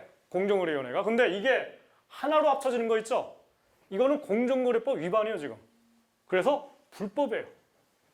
그래서 기업이 인수합병할 때 반드시 공정거래위원회 심사를 받게 돼 있어요. 아시죠? 가령 지금 그 조선소, 우리나라 지금 3개 있지 않습니까? 현대중공업, 대우조선, 그 다음에 삼성중공업. 이 세 회사가 지금 위기에 처해 있고, 이 상태에서 이제 삼성중공업을 이끄는 그 이재용, 아시죠? 이재용 그 이건희 회장 아들이 지금 삼성조선을 포기하려고 한다는 얘기가 많아요. 돈이 많이 안 되니까. 그리고 뭐 이재용이 추구하는 그 이 뭔가 선진 전략이 안 맞으니까 팔려고 하는데, 그러기 때문에 저거를 뭐 대우조선이 인수할까 말까 뭐 이런 얘기가 나오는데, 만약 이게 이제 이 가시화가 되게 되면은 공정거래위원회 심사를 받아야 되는 거예요. 물론 이제 이거에 해당되지 않는 면이 있는 게, 왜냐하면은 조선소들이 만드는 제품들이 국내 시장에 파는 게 아니잖아요. 세계 시장에 파는 거 아닙니까? 그러면은 세계 시장은 완전 경쟁 시장이거든요. 조선소가 한두 개가 있는 게 아니니까. 따라서 공정거래위원회가 막 그 경우에는 허락을 할 겁니다. 근데 이제 여기는 어쨌든 국내 시장만이 하는 얘기고. 아무튼 이런 얘기인데 그래서 이런 얘기인데, 이 마르크스주의라든가 힐퍼딩이라든가 카우치 같은 사람들의 그 이 맹점이 바로 이거였는데, 완전 독점이 불가피하고 더군다나 바람직하고, 따라서 이것만 국유화시키게 되면은 이제 뭔가 새로운 사회주의 사회가 나타날 거라고 얘기를 했는데, 이게 실제로는 보니까 이제 특히 2차 세계대전 이후에 이 세계 각국이 뭐 미국에도 마찬가지고 독일도 마찬가지고 뭐 스웨덴도 마찬가지고 우리나라 같은 공정거래법을 다 도입을 해요. 그래서 독점 내지는 과점을 철저하게 감시하고 필요할 경우에는 강제로 깨버립니다. 대표적인 사건이 있죠. 여러분들이 쓰고 있는 윈도우, 컴퓨터에 들어가 있는 거. 이 윈도우가 10년 전인가 이 익스플로러 있죠. 지금 쓰는 그 인터넷. 그거를 끼어 팔게 했지 않습니까? 그 바람에 그 전까지 있었던 넷스케이프라고 하는 그 인터넷 그 이메일 통신망이 있었거든요. 이게 망해버려요. 이거에 대해서 이제 이 미국의 그 공정거래위원회에 해당되는 이 카르텔, 엔티 카르텔, 카르텔이라는 게 담합이거든요. 이걸 하는 데서 심사를 해가지고 저거 공정거래법 위반이라고 그냥 강제로 깨버립니다. 그 다음에 또 하나 유명한 사건이 미국의 AT&T라고 하는 그 우리로 치면 KT. 우리나라에 저 90년대까지만 하더라도 한국통신이라고 그래가지고 유선전화 있죠. 그게 있었고 그게 100% 정부 거였고 100% 완전 독점이었어요. 우리나라 집에 있는 그 유선통은 누가 없지 않습니까? 미국도 그랬거든요. 근데 이 KT&T가 완전 독점 상태에서 뭔가 이 여러 가지 나쁜 짓을 저지르니까 미국의 공정거래위원회가 이 AT&T를 강제로 쪼개버립니다. 우리나라도 이거랑 연관되어 있는 게 바로 한국통신이 90년대 이후에 유선전화 같은 경우에도 지금 유선전화 혼자 하는 게 아니라 뭐 온세통신 같은 게 있죠? 그죠? 집에 들어오는. 그 다음에 요즘에 인터넷 전화도 있지 않습니까? 그러니까 경쟁적 시장을 공정거래위원회가 강제로 만들어내요. 이게 가능하다라고 하는 거는 마르크스의 이론과 다른 거죠. 마르크스는 아예 불가능하다고 했는데 보니까 야 그게 불가능해. 공정거래법 만들어가지고 강제로 쪼갤 수도 있고 또 그렇게 하는 게 소비자들한테 좋은 게 완전 경쟁 시장이 되게 되면은 이 독점보다는 경쟁을 하니까 가격이 내려갈 거 아닙니까? 그죠? 더군다나 완전 경쟁 시장 아니 완전한 독점체 같은 경우에는 당연히 국가가 그냥 국유화시키는 게 훨씬 낫죠. 과거에 한국통신이 완전한 100% 독점이었지만은 그래도 우리나라 전화비가 상대적으로 쌌던 이유는 그게 사기업이 아니라 공기업이었으니까. 그리고 가격, 그 전화 요금은 국회라든가 대통령이 결정을 했으니까 그럼 생계비를 낮춰야 되니까 대통령은 당연히 낮췄던 거죠. 근데 지금은 이제 여러분들 아시는 것처럼 여러분들이 쓰는 핸드폰 이게 KT, LG, SK 몇 개가 있는 일종의 과점 상태죠. 과점 상태에서 얘들이 지금 실제로 담합을 하고 있죠. 담합을 방송통신위원회라고 하는 일종의 그 공정거래위원회 같은 기관이 있는데 얘들이 이 담합을 도와주고 있어요. 무슨 명분으로? 통신사들이 일정 정도 이익을 못 내면은 망한다. 망하면은 또 누군가 합쳐질 거다. 합쳐지면은 더 독점이 심화되는 거 아니냐. 특히 LG 쪽이 제일 약하니까. LG를 도와주기 위해서는 일정 정도 가격을 유지해야 되고 그러려면 소비자들이 좀 높은 요금 내는 것도 용인해야 된다는 게 지금 방송통신위원회의 논리예요. 근데 아무튼 일정 정도의 과점적 가격을 통해서 소비자들이 지금 약탈당하고 있는 게 사실인 거죠. 그러니까 제가 보기에 LG 이미 이익 냈는데 뭘 저렇게 하는지. 이거 과점 상태고 어쨌든 이 사회 전체가 이 독과점 자본에서 지금 약탈당하고 있는 거고 한국 사회를 비롯한 모든 나라는 이 사회 공동체가 어떻게 하면 이 독과점 자본들의 약탈을 어떻게 저지할 것인지에 대해서 고민해야 되는 게 맞는 거예요. 그런 점에서 일정 정도는 이 완전한 독점으로 갈 것인지 아니면은 보다 더 경쟁적 시장으로 만들 건지에 대해서 이야기하는 것이 우리한테도 필요한 거죠. 어쨌든 마르크스 이론에 이게 없는데 그리고 힐퍼딩이나 독일 사회민주당이라든가 이런 쪽이 전통이 없는데 스웨덴 같은 경우에는 사회화를 얘기를 하면서 아까 얘기처럼 마르크스의 해석을 바꿔가지고 사회화라는 게 반드시 이 기업의 소유권을 사회화시키는 것이 아니라 거기로부터 발생한 소득을 사회화시키는 방법이 있고 그걸 통해서 복지를 할 수 있다는 거고요. 그리고 그 과정에서 그러면 굳이 이 문제 같은 경우에도 좀 전에 얘기처럼 굳이 독점화 시키는 거를 그냥 어쩔 수 없다라 방치하는 것이 아니라 공정거래법 같은 걸 만들어가지고 경쟁적 시장을 만들고 그래서 소비자들한테 보다 더 저렴한 가격으로 공급하게끔 유지시키는 거 있죠. 이게 가능하다는 이론이 나오는 거죠. 근데 이제 이게 굉장히 커다란 이론적 혁신인 게 왜냐하면은 오늘날의 그 복지국가라고 할 수 있는 스웨덴 같은 나라에 가보면은 복지에 관한 이제 거의 뭐 우리나라 사람들이 야, 이 나라 사회주의 아니야? 왜냐하면은 뭐 태어나서부터 대학 들어갈 때까지 학비가 전혀 없고 학비 전혀 안 내요. 독일도 안 내요. 독일은 스웨덴보다도 못한 복지국가인데도 거기도 저 같은 외국인들한테까지도 학비를 전혀 안 받아요. 다 공짜예요. 왜 그러냐라고 독일 애들한테 물어봤어요. 그랬더니 독일 애들이 학교에서 그렇게 가르친다는 거예요. 프랑스 대혁명의 인권선언이라는 것은 특정 국적을 가리는 것이 아니라 모든 인간들한테 다 허용된다는 겁니다.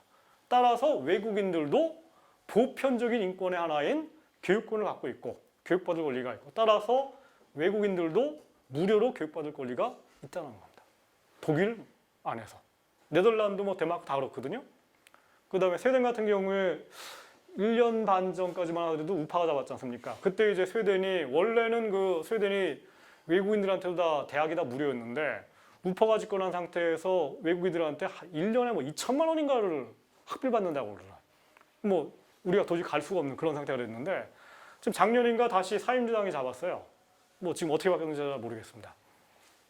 이 사람이 이제 그 빅포스라는 사람입니다. 1930년대, 뭐 40년대고 이 사람이 재무부 장관을 하면서 모셨던 그 이 수상이 이 사람이 한선 총리라는 사람인데 이 빅포스는 이제 대학을 나온 사람이에요. 언어학을 했어요. 무슨 경제학한 사람이 아니라. 근데 재무부 장관 하다 보니까 이제 이 경제 쪽을 계속 전문적으로 하게 됐죠. 근데 한선 총리는 정말 노동자 출신이에요. 없는 집 출신이고 뭐 초등학교밖에 안 나온 사람이에요. 근데 이 사람과 이 두 사람이 협력을 하면서 스웨덴의 복지국가를 처음으로 만들고 제대로 만들기 시작하고 30년대 대공황 속에서 더군다나 그리고 이게 성공했고 그 과정에서 노동운동이 엄청나게 발전하죠. 이 많은 분들이 이런 얘기를 하더라고요. 스웨덴의 복지국가가 가능했고 사회민주당이 집권했던 결국은 노동조합 조직률이 굉장히 높아서 그런 거 아니냐 라고 얘기를 하는데 실제로는 그게 아니고요. 1930년에 스웨덴 3인당이 집권했을 때 스웨덴의 노동조합 조직률이 우리나라 지금 11%인가 그거밖에 안 되죠. 저 나라도 그때 뭐 20, 30%밖에 안 됐는데 집권을 하가 다음에 법을 바꿔버려요. 노동조합에 가입을 하게 되면 뭔가 혜택을 주는 법을 만들어내는 거예요. 가령 우리로 치면은 국민연금이 있는데 국민연금 말고 또 다른 연금 하나 또 만들어냈는데 이 연금을 누가 관할하냐면은 민주노총이 움직이게 돼 있어요. 그 얘기 뭐냐면은 민주노총 조합원이 돼야지만이 또 다른 연금을 받는 거예요. 당연히 다 가입하죠. 그러니까 그때부터 노조 조직률이 80% 90% 가는 거예요. 그러니까 이런 식의 구도라고 생각합니다. 그 칼레비 그 다음에 이제 에르스트 빅포스라는 사람이고 이 사람에 대한 책이 우리나라에 나온 게 이제 홍기빈 박사가 몇 년 전에 쓴 빅포스 복지국가의 잠정적 유토피아라는 책입니다. 이 책은 제가 볼 때는 굉장히 많이 재밌게 쓰여져 있고 그리고 우리나라에 주는 시사는 굉장히 많습니다. 그러니까 비커스라는 사람은 아까 얘기처럼 이제 1925년도에 재정부 장관을 했고 우리로 치면 이제 기획재정부 장관을 한 거예요. 최경환 장관이 했던. 그 다음에 32년부터 49년까지 이 시기가 어떤 시기입니까?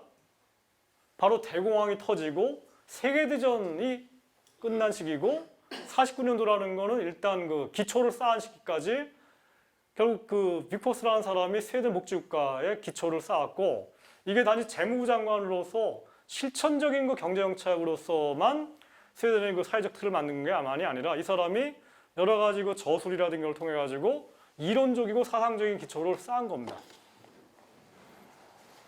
이 사람이 얘기한 것 중에 이제 가령 제일 중요한 게 이제 이 재정 문제예요. 재정부 장관이었으니까.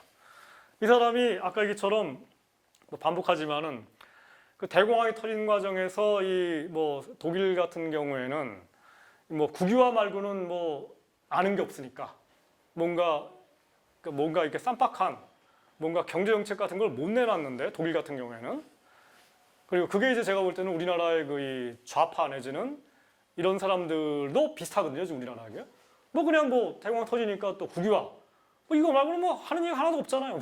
뭐 하자는 건지.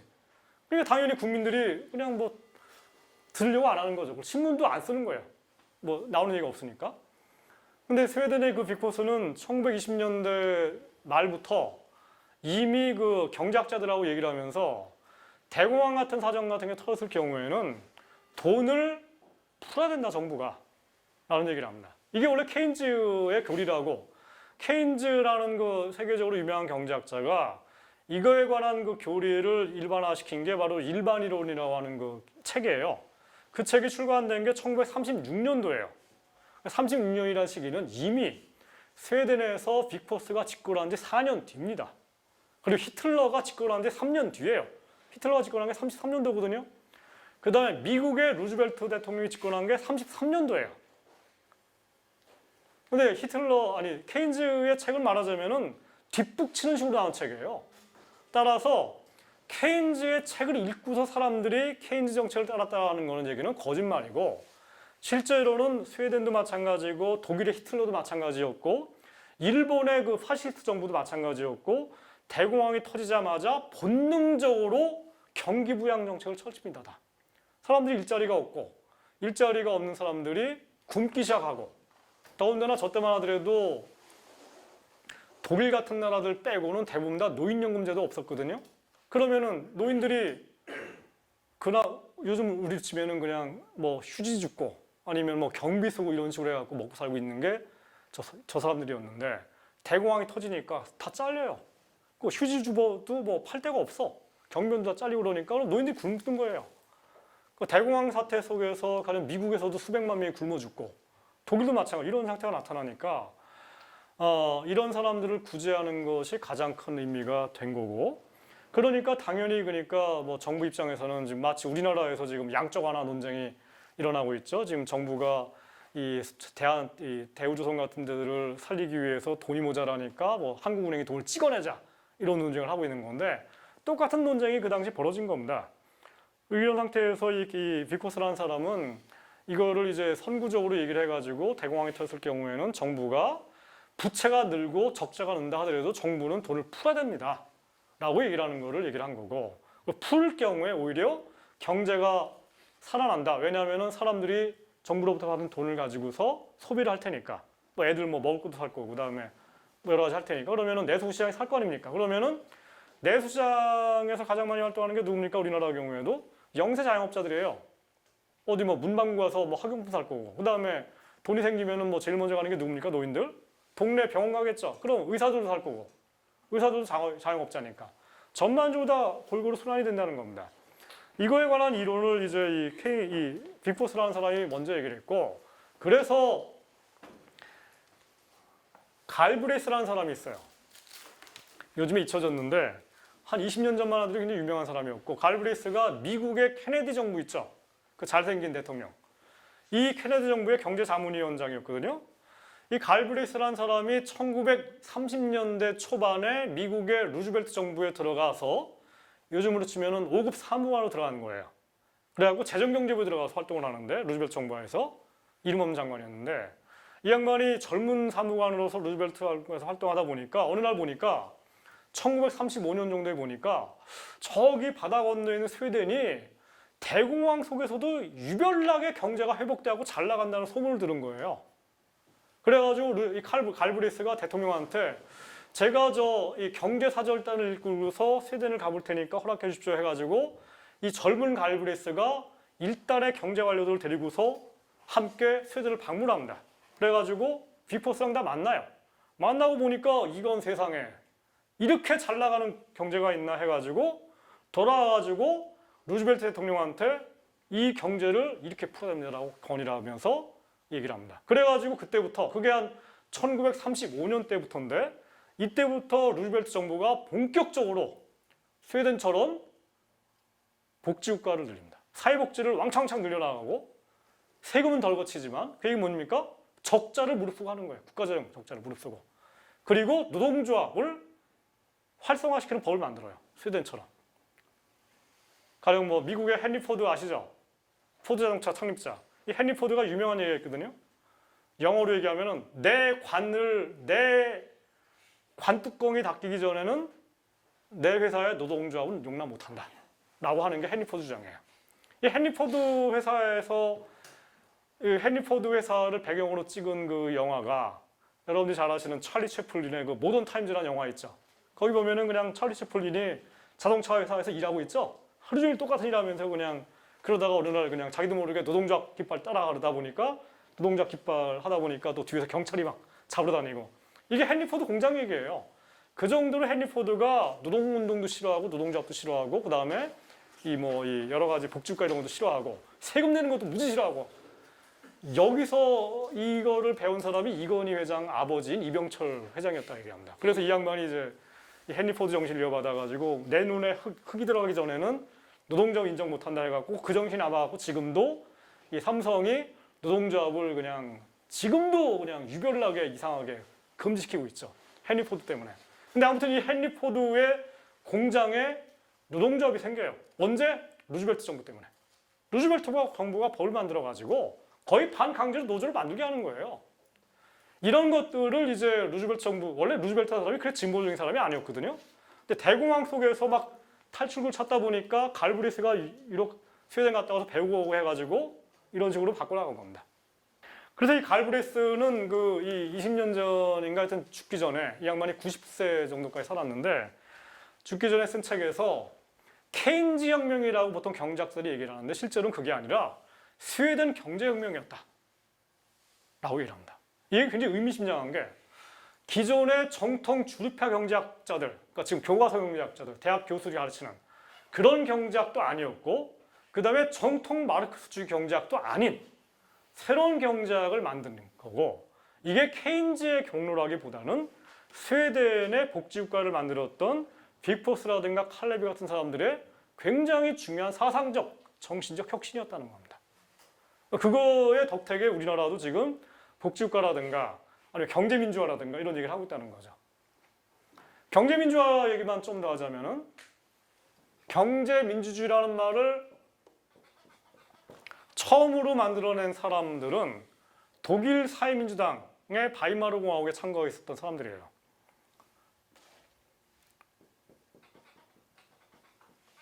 나프탈린이라는 사람이 있어요. 유태인이고 사회민주당 당원이었고 그 다음에 우리도 치면 한겨레신문 기자 정도 된 사람이었는데 이 사람이 이 용어를 처음 만들어냈고 이게 1929년도예요. 1925년 정도예요. 왜 경제민주주의란 말을 썼냐? 첫 번째는 정치적 민주주의는 이미 바이마르 공화국에서 달성된 거 아닙니까? 그죠? 그 다음에 두 번째, 좀 전에 얘기한 것처럼 바이마르 공화국이 사회화위원회를 만들어가지고 거기에 힐퍼딩이라는 사람이 활동을 했거든요. 근데 하다 보니까 나오는 게 하나도 없어요. 국유화 하다 보니까. 저거 말고 딴 거 없냐? 하다 보니까 만들어낸 게 사회화라는 개념 대신에 경제민주주의란 말을 쓴 겁니다. 제가 볼 때 굉장히 중요한 혁신이에요. 바람직하죠. 우리나라에서도 아까 얘기처럼 노동운동 내 일각에서는 지금도 사회화 얘기를 하고 있는데 근데 그 사람들만 얘기하고 있고 뭐 언론 전체라도 여기서는 사회화라는 말을 안 쓰죠. 다 경제민주화라는 얘기를 하고 있어요. 저는 중요한 거라고 생각하고 지금 우리가 수용에 대한 생각을 합니다. 근데 여기서 얘기하는 경제민주화라는 것은 제가 아까 말씀드린 것처럼 주로 노자 관계를 어떻게 민주화할 것인지에 관한 얘기예요. 첫 번째는 이 사회. 이 사회에 어떻게 하면은 그 종업원 대표들을 보낼 것인지. 오늘 신문 보니까 서울시의 박원순 시장이 서울시가 투자한 그 공기관들에 뭐 이 종업원 대표가 이 사회에 들어오는 것을 아예 그냥 거의 하고 있더라고요. 그러니까 이런 아이디어를 처음으로 만들어낸 게 이 경제민주화를 얘기했던 바이마르 공화국의 사임지당이었던 거예요. 그 다음에 뭐 이 사회만이 아니라 뭐 반드시 이 사회만이 아니죠. 우리로 치면은 그 노사협의회 같은 게 있지 않습니까? 노사협의라는 게 우리나라에서는 지금 아주 그 명문화되지 않아갖고 이제 애매한데 노사협의라는 것을 회사 내 모든 중요한 의사결정 단위에 집어넣어가지고 이게 자문기관이 아니라 실질적인 결정기관이 되게 그러니까 사람을 자르거나 공장을 세우거나 이럴 때 회사의 이른바 오너들이 일방적으로 결정하는 게 아니라 종업원 대표가 반드시 가가지고 추인하고 추인 못 받으면 못 자르게 만든 게 바로 이런 권력들이에요. 이게 바이마르 공화국 때 시작이 된 겁니다. 그리고 이게 바로 경제민주주의 개념인 거예요. 근데 우리나라에서는 지금 아까 제가 반복하지만 경제민주화 얘기하면 이런 얘기는 안 하고 많은 공정거래법에 금산분리니 뭐 출총제니 여러분들이 알아듣지 못하는 얘기. 여러분 노동운동이랑 관계도 없는 얘기를 하고 있는 거예요. 그래서 제가 계속 비판하는 겁니다. 엉뚱한 얘기 좀 그만하시라고. 또 하나 맥락이 있습니다. 왜 경제민주화냐? 반레닌이에요. 1920년대에 유럽, 서유럽에 이 바이마르 공화국이 있었지만은 바로 옆에는 러시아. 여기는 그 여전히 레닌 공산주의, 트로츠키, 스탈린 이게 성장을 하고 있었고, 그리고 코민텔이 만들어졌어요. 그리고 서유럽 전체 공산당이 만들어져요. 그 여기 활동을 막 해요. 독일도 마찬가지고. 독일 사민당은 우리는 민주주의를 신봉한다는 겁니다. 프롤레타리아 독재를 더 이상 신봉하지 않고 그런 의미에서 우리는 민주주의자라는 얘기를 이 개념 속에 집어넣은 거예요. 그런 의미에서 얘기를 한 겁니다. 의회 민주주의를 얘기를 해야 되고 결국 뭐냐? 정치적 민주주의라는 것이 바로 이 바이마르 공화국이라고 하는 민주공화국 아닙니까? 이 민주공화국에 대해서 레닌이라든가 뭐 지난 시간에 얘기했던 것처럼 로자 룩셈부르크 같은 사람들은 이 민주공화국을 부르주아 공화국이라 하면서 저것도 타도해야 된다고 얘기를 했거든요. 거기에 비해서 이 납살린 같은 사람들, 독일 사민당 지도자들은 이 민주공화국, 바이마르 공화국을 타도하는 거는 안 된다. 소중하니까 지켜야 된다. 하지만 이거 가지고 안 되니까 경제민주주의를 해야 된다라고 얘기를 한 거예요. 근데 불행히도 지난 시간에 아까도 얘기했지만은 이 독일 사회민주당이 복지국가 개념은 별로 발전을 못 시켜요. 많이.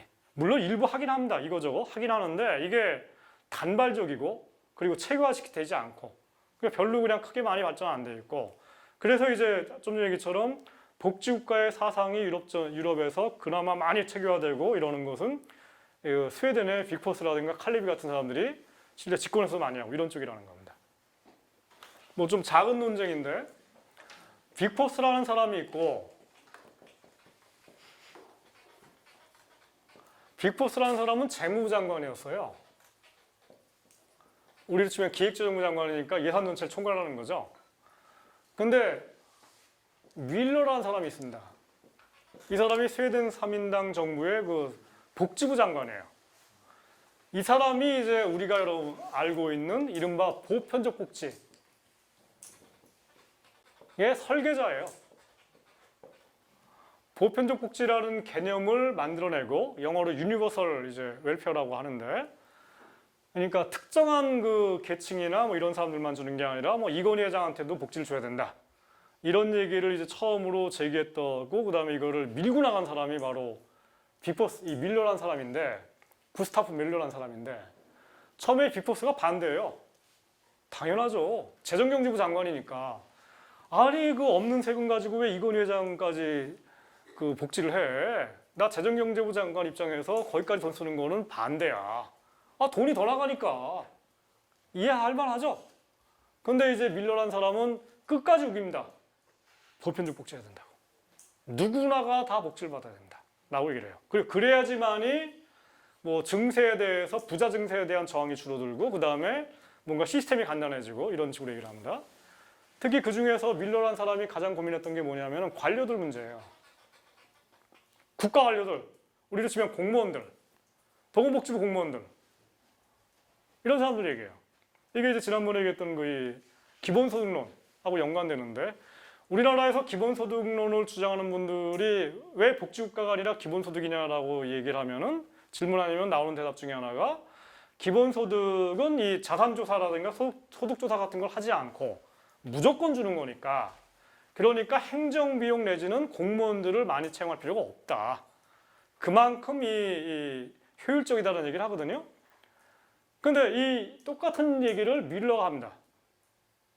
왜 그러냐? 사회민주당 정부는 유럽으로 치면 사회주의 정부예요. 소셜리스트 사회주의 정부가 들어섰는데 당연히 여기서 활동하는 관료들은 이미 뽑힌 관료들이죠. 그러면은 아니 뭐 여태까지 내가 이러던 우리 치면 이렇게 보세요. 즉 재정경제부 관료들이 있는데 갑자기 어느 날 정의당의 심상정과 노회찬 이 양반이 대통령과 수상이 된 거예요. 그래가지고 막 감내나라 대추마라 하면은 말 듣기 싫잖아요. 더군다나 나름대로 자기들도 뭐 대한민국의 엘리트들이고 이런데 그건 말 안 듣거든요. 근데 만약에 선별적 복지를 하게 되면은 뭔가 자산조사 같은 걸 다 해야 되는데 물론 요즘에는 자산조사랑 소득조사가 굉장히 쉬워요. 왜냐? 건강보험 시스템에 모든 게 다 지금 다 파악이 되고 있지 않습니까?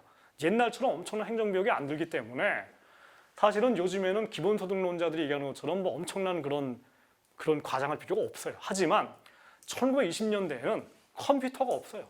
인터넷망이 없어요. 그리고 어떤 사람이 자산 얼마나 가졌는지를 조사하는 게 실제로 굉장히 힘들어요. 소득 파악 안 돼요.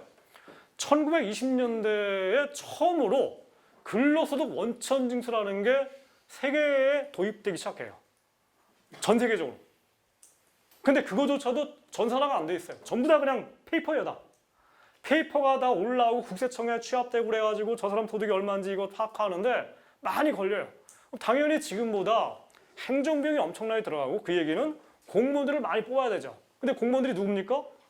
사회민주당 당원도 아니고 정신에도 어긋나는 일반 관료들이니까 밀러는 저거보다는 차라리 진짜 그냥 보편적으로 다 줘버려가지고 하는 게 낫겠다라는 생각을 실제로 이런 식으로 발언을 합니다. 이 자료 같은 걸 보면은 밀러가 이런 식으로 발언을 한 거예요. 그러면서 밀러가 보편적 복지를 주장하면서 빅포스랑 싸워요. 이 두 사람이 맨날 싸워요. 또 하나 싸운 게 또 있습니다. 이 밀러는 빅포스 내지는 칼레비와 생각이 달라요. 이 사람은 국유화론자예요. 강경해야죠. 좀 전에 봤던 독일의 카우츠키라든가 힐퍼딩이랑 생각이 비슷해요. 정통 마르크스주의예요, 이 사람은. 근데 이제 이 논쟁 속에서 빅포스한테 지죠. 여기서는. 근데 보편적 복지에서는 또 이겨요. 밀러가. 주거니 받거니 하면서 이 독일 3인당 지도부가 스웨덴 3인당 지도부가 30년대, 40년대에 이 엄청난 난관을 헤쳐나갑니다. 제가 난관이라 한 이유는요. 30년대 대공황만의 문제가 아니에요. 1933년도에 히틀러가 집권하거든요. 그리고 스웨덴 바로 옆에 있는 게 노르웨이거든요. 노르웨이가 40년인가 41년도에 나치군의 침공을 받아가지고 불과 한 달 만에 그냥 점령당합니다. 그 노르웨이랑 스웨덴은 언어가 같아요. 그냥 뭐 경상도, 전라도 차이도 안 나요. 거의 그냥 바로 옆 나라고 산맥 하나 있는 나라니까. 그런 나라가 침공당하고 그다음에 핀란드는 뭐 이미 독소 분할에 의해서 뭐 히틀러랑 분할돼 버렸고 그다음 유럽 전체는 히틀러한테 점령당했는데 유럽 전체, 대륙 전체에서 히틀러한테 유일하게 점령당하지 않은 나라가 스웨덴이에요. 어떻게 가능했습니까? 히틀러랑 타협을 하죠. 어떻게? 빅포스라 만나요. 한선 총리랑 빅포스가 히틀러 쪽 사람들 뭐 이 아이히만이라든가 이런 만나가지고 우리가 독일이 원하는 군수물자를 주겠다. 수출하겠다. 나중에 욕 엄청 막 먹는데 가령 독일군이 자랑하는 그 타이거 탱크라든가 이런 데 들어가는 가장 중요한 게 이제 볼 베어링이에요. 베어링이라는 거 아시죠? 동그란 거. 베어링이 품질이 안 좋으면은 전투기가 추락하고 탱크가 굴러가다 멈추거든요. 이게 윤활 작용을 하는 거니까. 이거를 만든 게 이제 가령 뭐 독일, 스웨덴의 유명한 회사 ABB라는 회사가 있어요. 이게 굉장히 고가공 이 기계 회사들인데 이걸 만들어가지고 타이거 탱크에 조달을 하니 히틀러 좋아하죠. 근데 이제 비는 겁니다. 제발 우리나라를 침공만 하지 말아달라.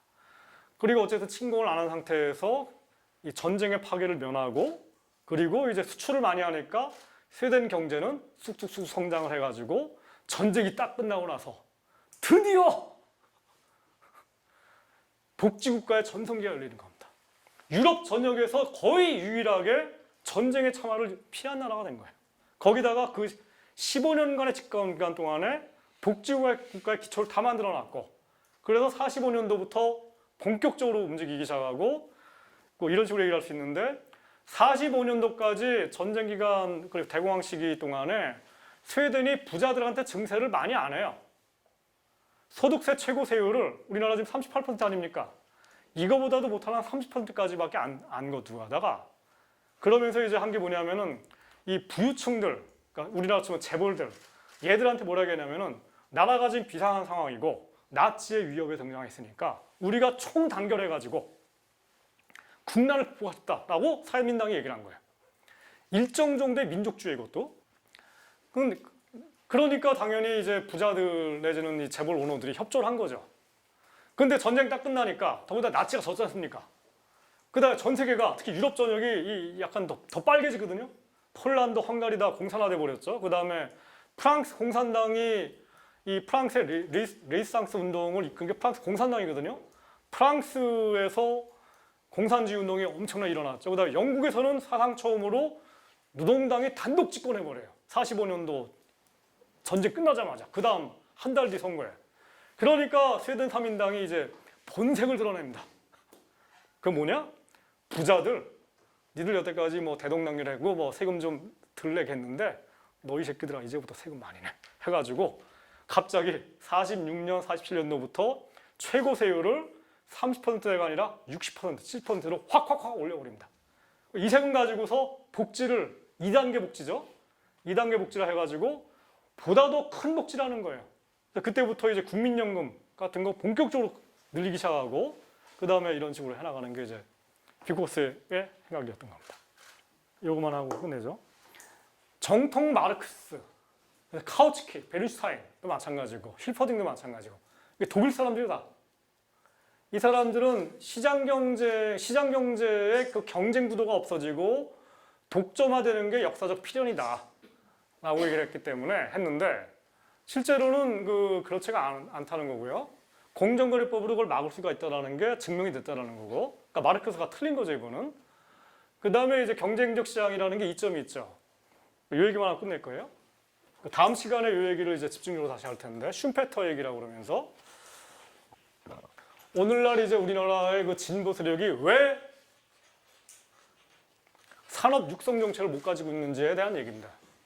그리고 그 얘기 뭐냐면은 왜 한국의 진보 내지는 야권이 이 대우조선 같은 사태에 대해서 정말 무기력하게 대응하고 있는지, 항상 뒷북치는지에 관한 얘기예요. 결국 이 문제 때문이에요.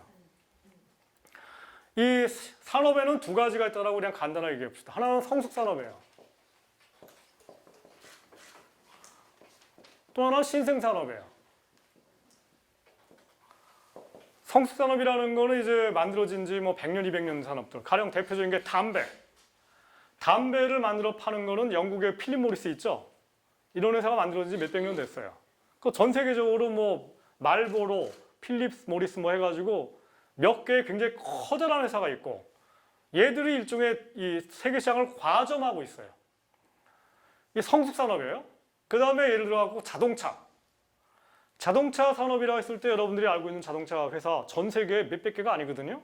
미국의 GM, 포드, 크라이슬러 3개밖에 없습니다.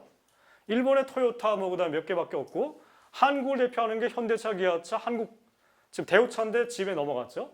그 우리나라 토종 회사는 우리나라에 지금 현대차, 기아차랑 쌍용차밖에 없는데 쌍용차 왜 넘어갔죠? 우리나라 순수한 우리나라 회사는 현대, 기아차밖에 없는 거예요. 없어요. 다 날아간 거예요, 지금 다. 외국에 넘어갔어요, 지금. 어제도 자동차 산업 전체를 보게 되면은 전 세계에서 10개 정도의 자동차 회사가 전 세계 자동차 생산의 거의 3분의 2 정도를 감당을 하고 있습니다. 그 중에 5등이 현대기아차예요, 지금. 굉장히 많이 올라간 거죠. 이거를 과점이라고 그래요. 성숙산업이라는 거는 어쩔 수 없이 규모의 경제라는 게 작용을 해요. 말하자면은 이 생산설비가 1조 원짜리 생산설비 공장을 만들게 되면은 거기서 연 매출이 1조 정도는 나야지만이 손익분기점에 도달한다는 거예요. 근데 1조 정도를 하려면은 몇십만 대 자동차를 팔아야 되니까 중소기업들은 자동차를 만들 수가 없어요. 이거를 규모의 경제라고 그래요. 규모의 경제가 작동하는 거는 보통 성숙산업이고, 이 얘기는 이미 기술 혁신이라든가 뭔가 이런 새로운 파라다임 혁신 같은 게 잘 안 나타나는 거. 뭐 예를 들어 가지고 요즘에 가령 스마트폰 여러분들 쓰는 거, 이게 10년 전만 하더라도 10년 전이었나? 그러니까 처음으로 애플이 그 아이폰을 만들었을 때 이때는 이게 신생 산업이었거든요. 그러니까 아이폰이 엄청나게 이걸 다 가져가죠.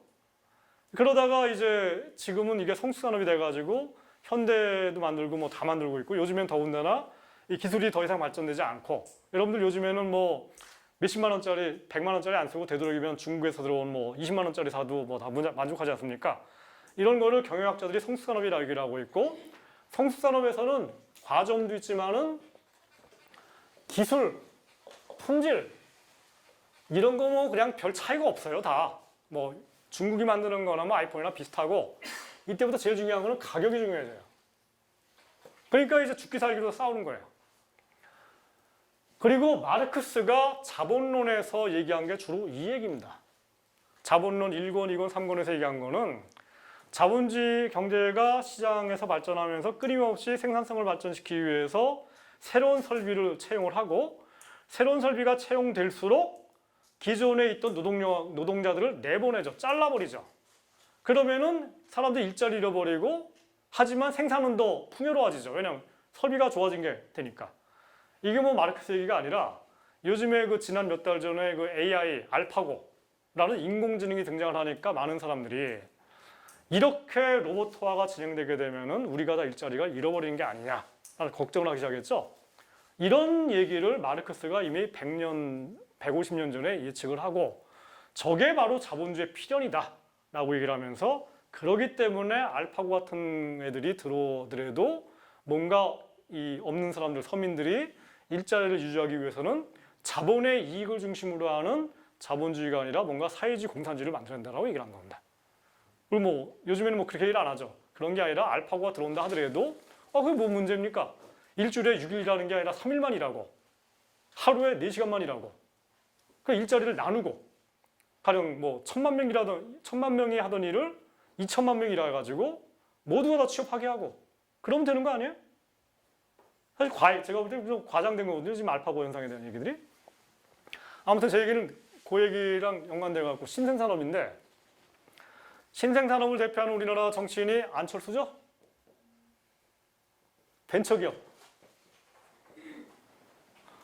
오늘날의 신생 그 산업이 바로 IT, 그 다음에 BT, 바이오 산업, 그 다음에 지난 바이오 산업의 대표가 지난 몇 달 전에 상장해가지고 대박을 터뜨린 한미약품이랑 셀트리온. 셀트리온이 미국에서 뭐 임상 실험해가지고 막 하니까 대박을 내지 않습니까? 이런 게 바로 신생산업인데, 신생산업은 당연히 경쟁이 엄청 치열해요. 왜냐? 아무도 이 산업 전체를 갖다 주도하는 이 파라다임을 갖다 제시하지 못하니까, 너도 나도 내가 주인이 하면서 그냥 치고 나가니까 잘만 하면은 그냥 여기서 대박을 치는 거예요. 신생산업은 그렇기 때문에 소규모 업체들이 굉장히 많고 100개, 200개 업체들이 서로 경쟁을 하고 있는 완전 경쟁 시장에 가까운데, 중요한 거는 이게 이제 기술 혁신이 일어나고 벤처기업 같은 게 나타나는데, 문제는 마르크스의 자본론의 이 구도 전체에 이 벤처기업과 신생산업에 관한 얘기가 전혀 없습니다. 오로지 1차 산업혁명, 아담 스미스가 살았던 1770년대에 일어났던 그 이 기계 도입이라든가 이런 거 과정에서 신생산업이었던 그 이 모직물 산업이라든가 기계 제작 같은 게 나타난다는 얘기만 딱 하고 있고, 그리고 새로운 그 신생산업이 나타나는 제2차 산업혁명이 일어난다는 얘기를 마르크스가 안 해요. 근데 실제로는 마르크스가 죽은 게 1883년도인데 이때 이미 독일과 미국에서는 제2차 산업혁명이 진행되고 신생산업이 나타나거든요. 그게 누굽니까? 에디슨. 에디슨이 마르크스가 죽던 그 즈음에 나타나가지고 에디슨 전기를 만들어가지고 발전을 하고 그게 웨스팅하우스하고 지금 제너럴 일렉트릭인데 이런 그 발전기를 만들고 그 다음에 새로운 그 산업들을 만들고 그 다음에 뭐 그 이후에 그 독일의 이 하디가 이 화학 비료를 같은 걸 만들면서 화학 산업을 갖다 처음 만들고 이거를 다 칼 막스가 못 봤어요. 근데 이 얘기 뭐냐면은 자본주의 시장 경제가 독일과 미국을 중심으로 해갖고 새로운 산업을 일으켜가지고 굉장히 경쟁적 구도를 만들어 나갔고 그런 과정에서 독점화 시키는 것이 아니라 오히려 경쟁화가 더 심화되는 그런 만들어낸 걸 냈는데 그걸 마르크스가 보지 못하고 죽으니까 그러니까 이제 뭔가 기존 그 이론에 큰 문제가 생겼고 그게 이제 마르크스주의 전체에 큰 문제가 목착을 한 게 왜냐하면은 성숙산업 위주로 생각을 하고 이거를 생각 못 하다 보니까 가령 지금 북한 그 다음에 망하기 전에 중국, 동독, 소련 이런 나라들 보세요. 모조리 다 자본주의 국가에서 이미 50년 된 설비들, 기술들을 들여와가지고 말하자면 성숙된 산업의 기술과 설비를 들여와가지고 그거를 관리만 하고 그러다가 그냥 끝나버린 거예요. 저는 이게 우연적인 현상이 아니라 마르크스 이론 자체 내에 핵심적인 오류가 들어가 있다는 겁니다. 그런 점에서 이 신생산업과 경쟁시장을 어떻게 키우는지에 대해서 얘기하는 것이 저는 굉장히 중요하다고 생각하고 오늘은 여기서 일단 마치고 하겠습니다.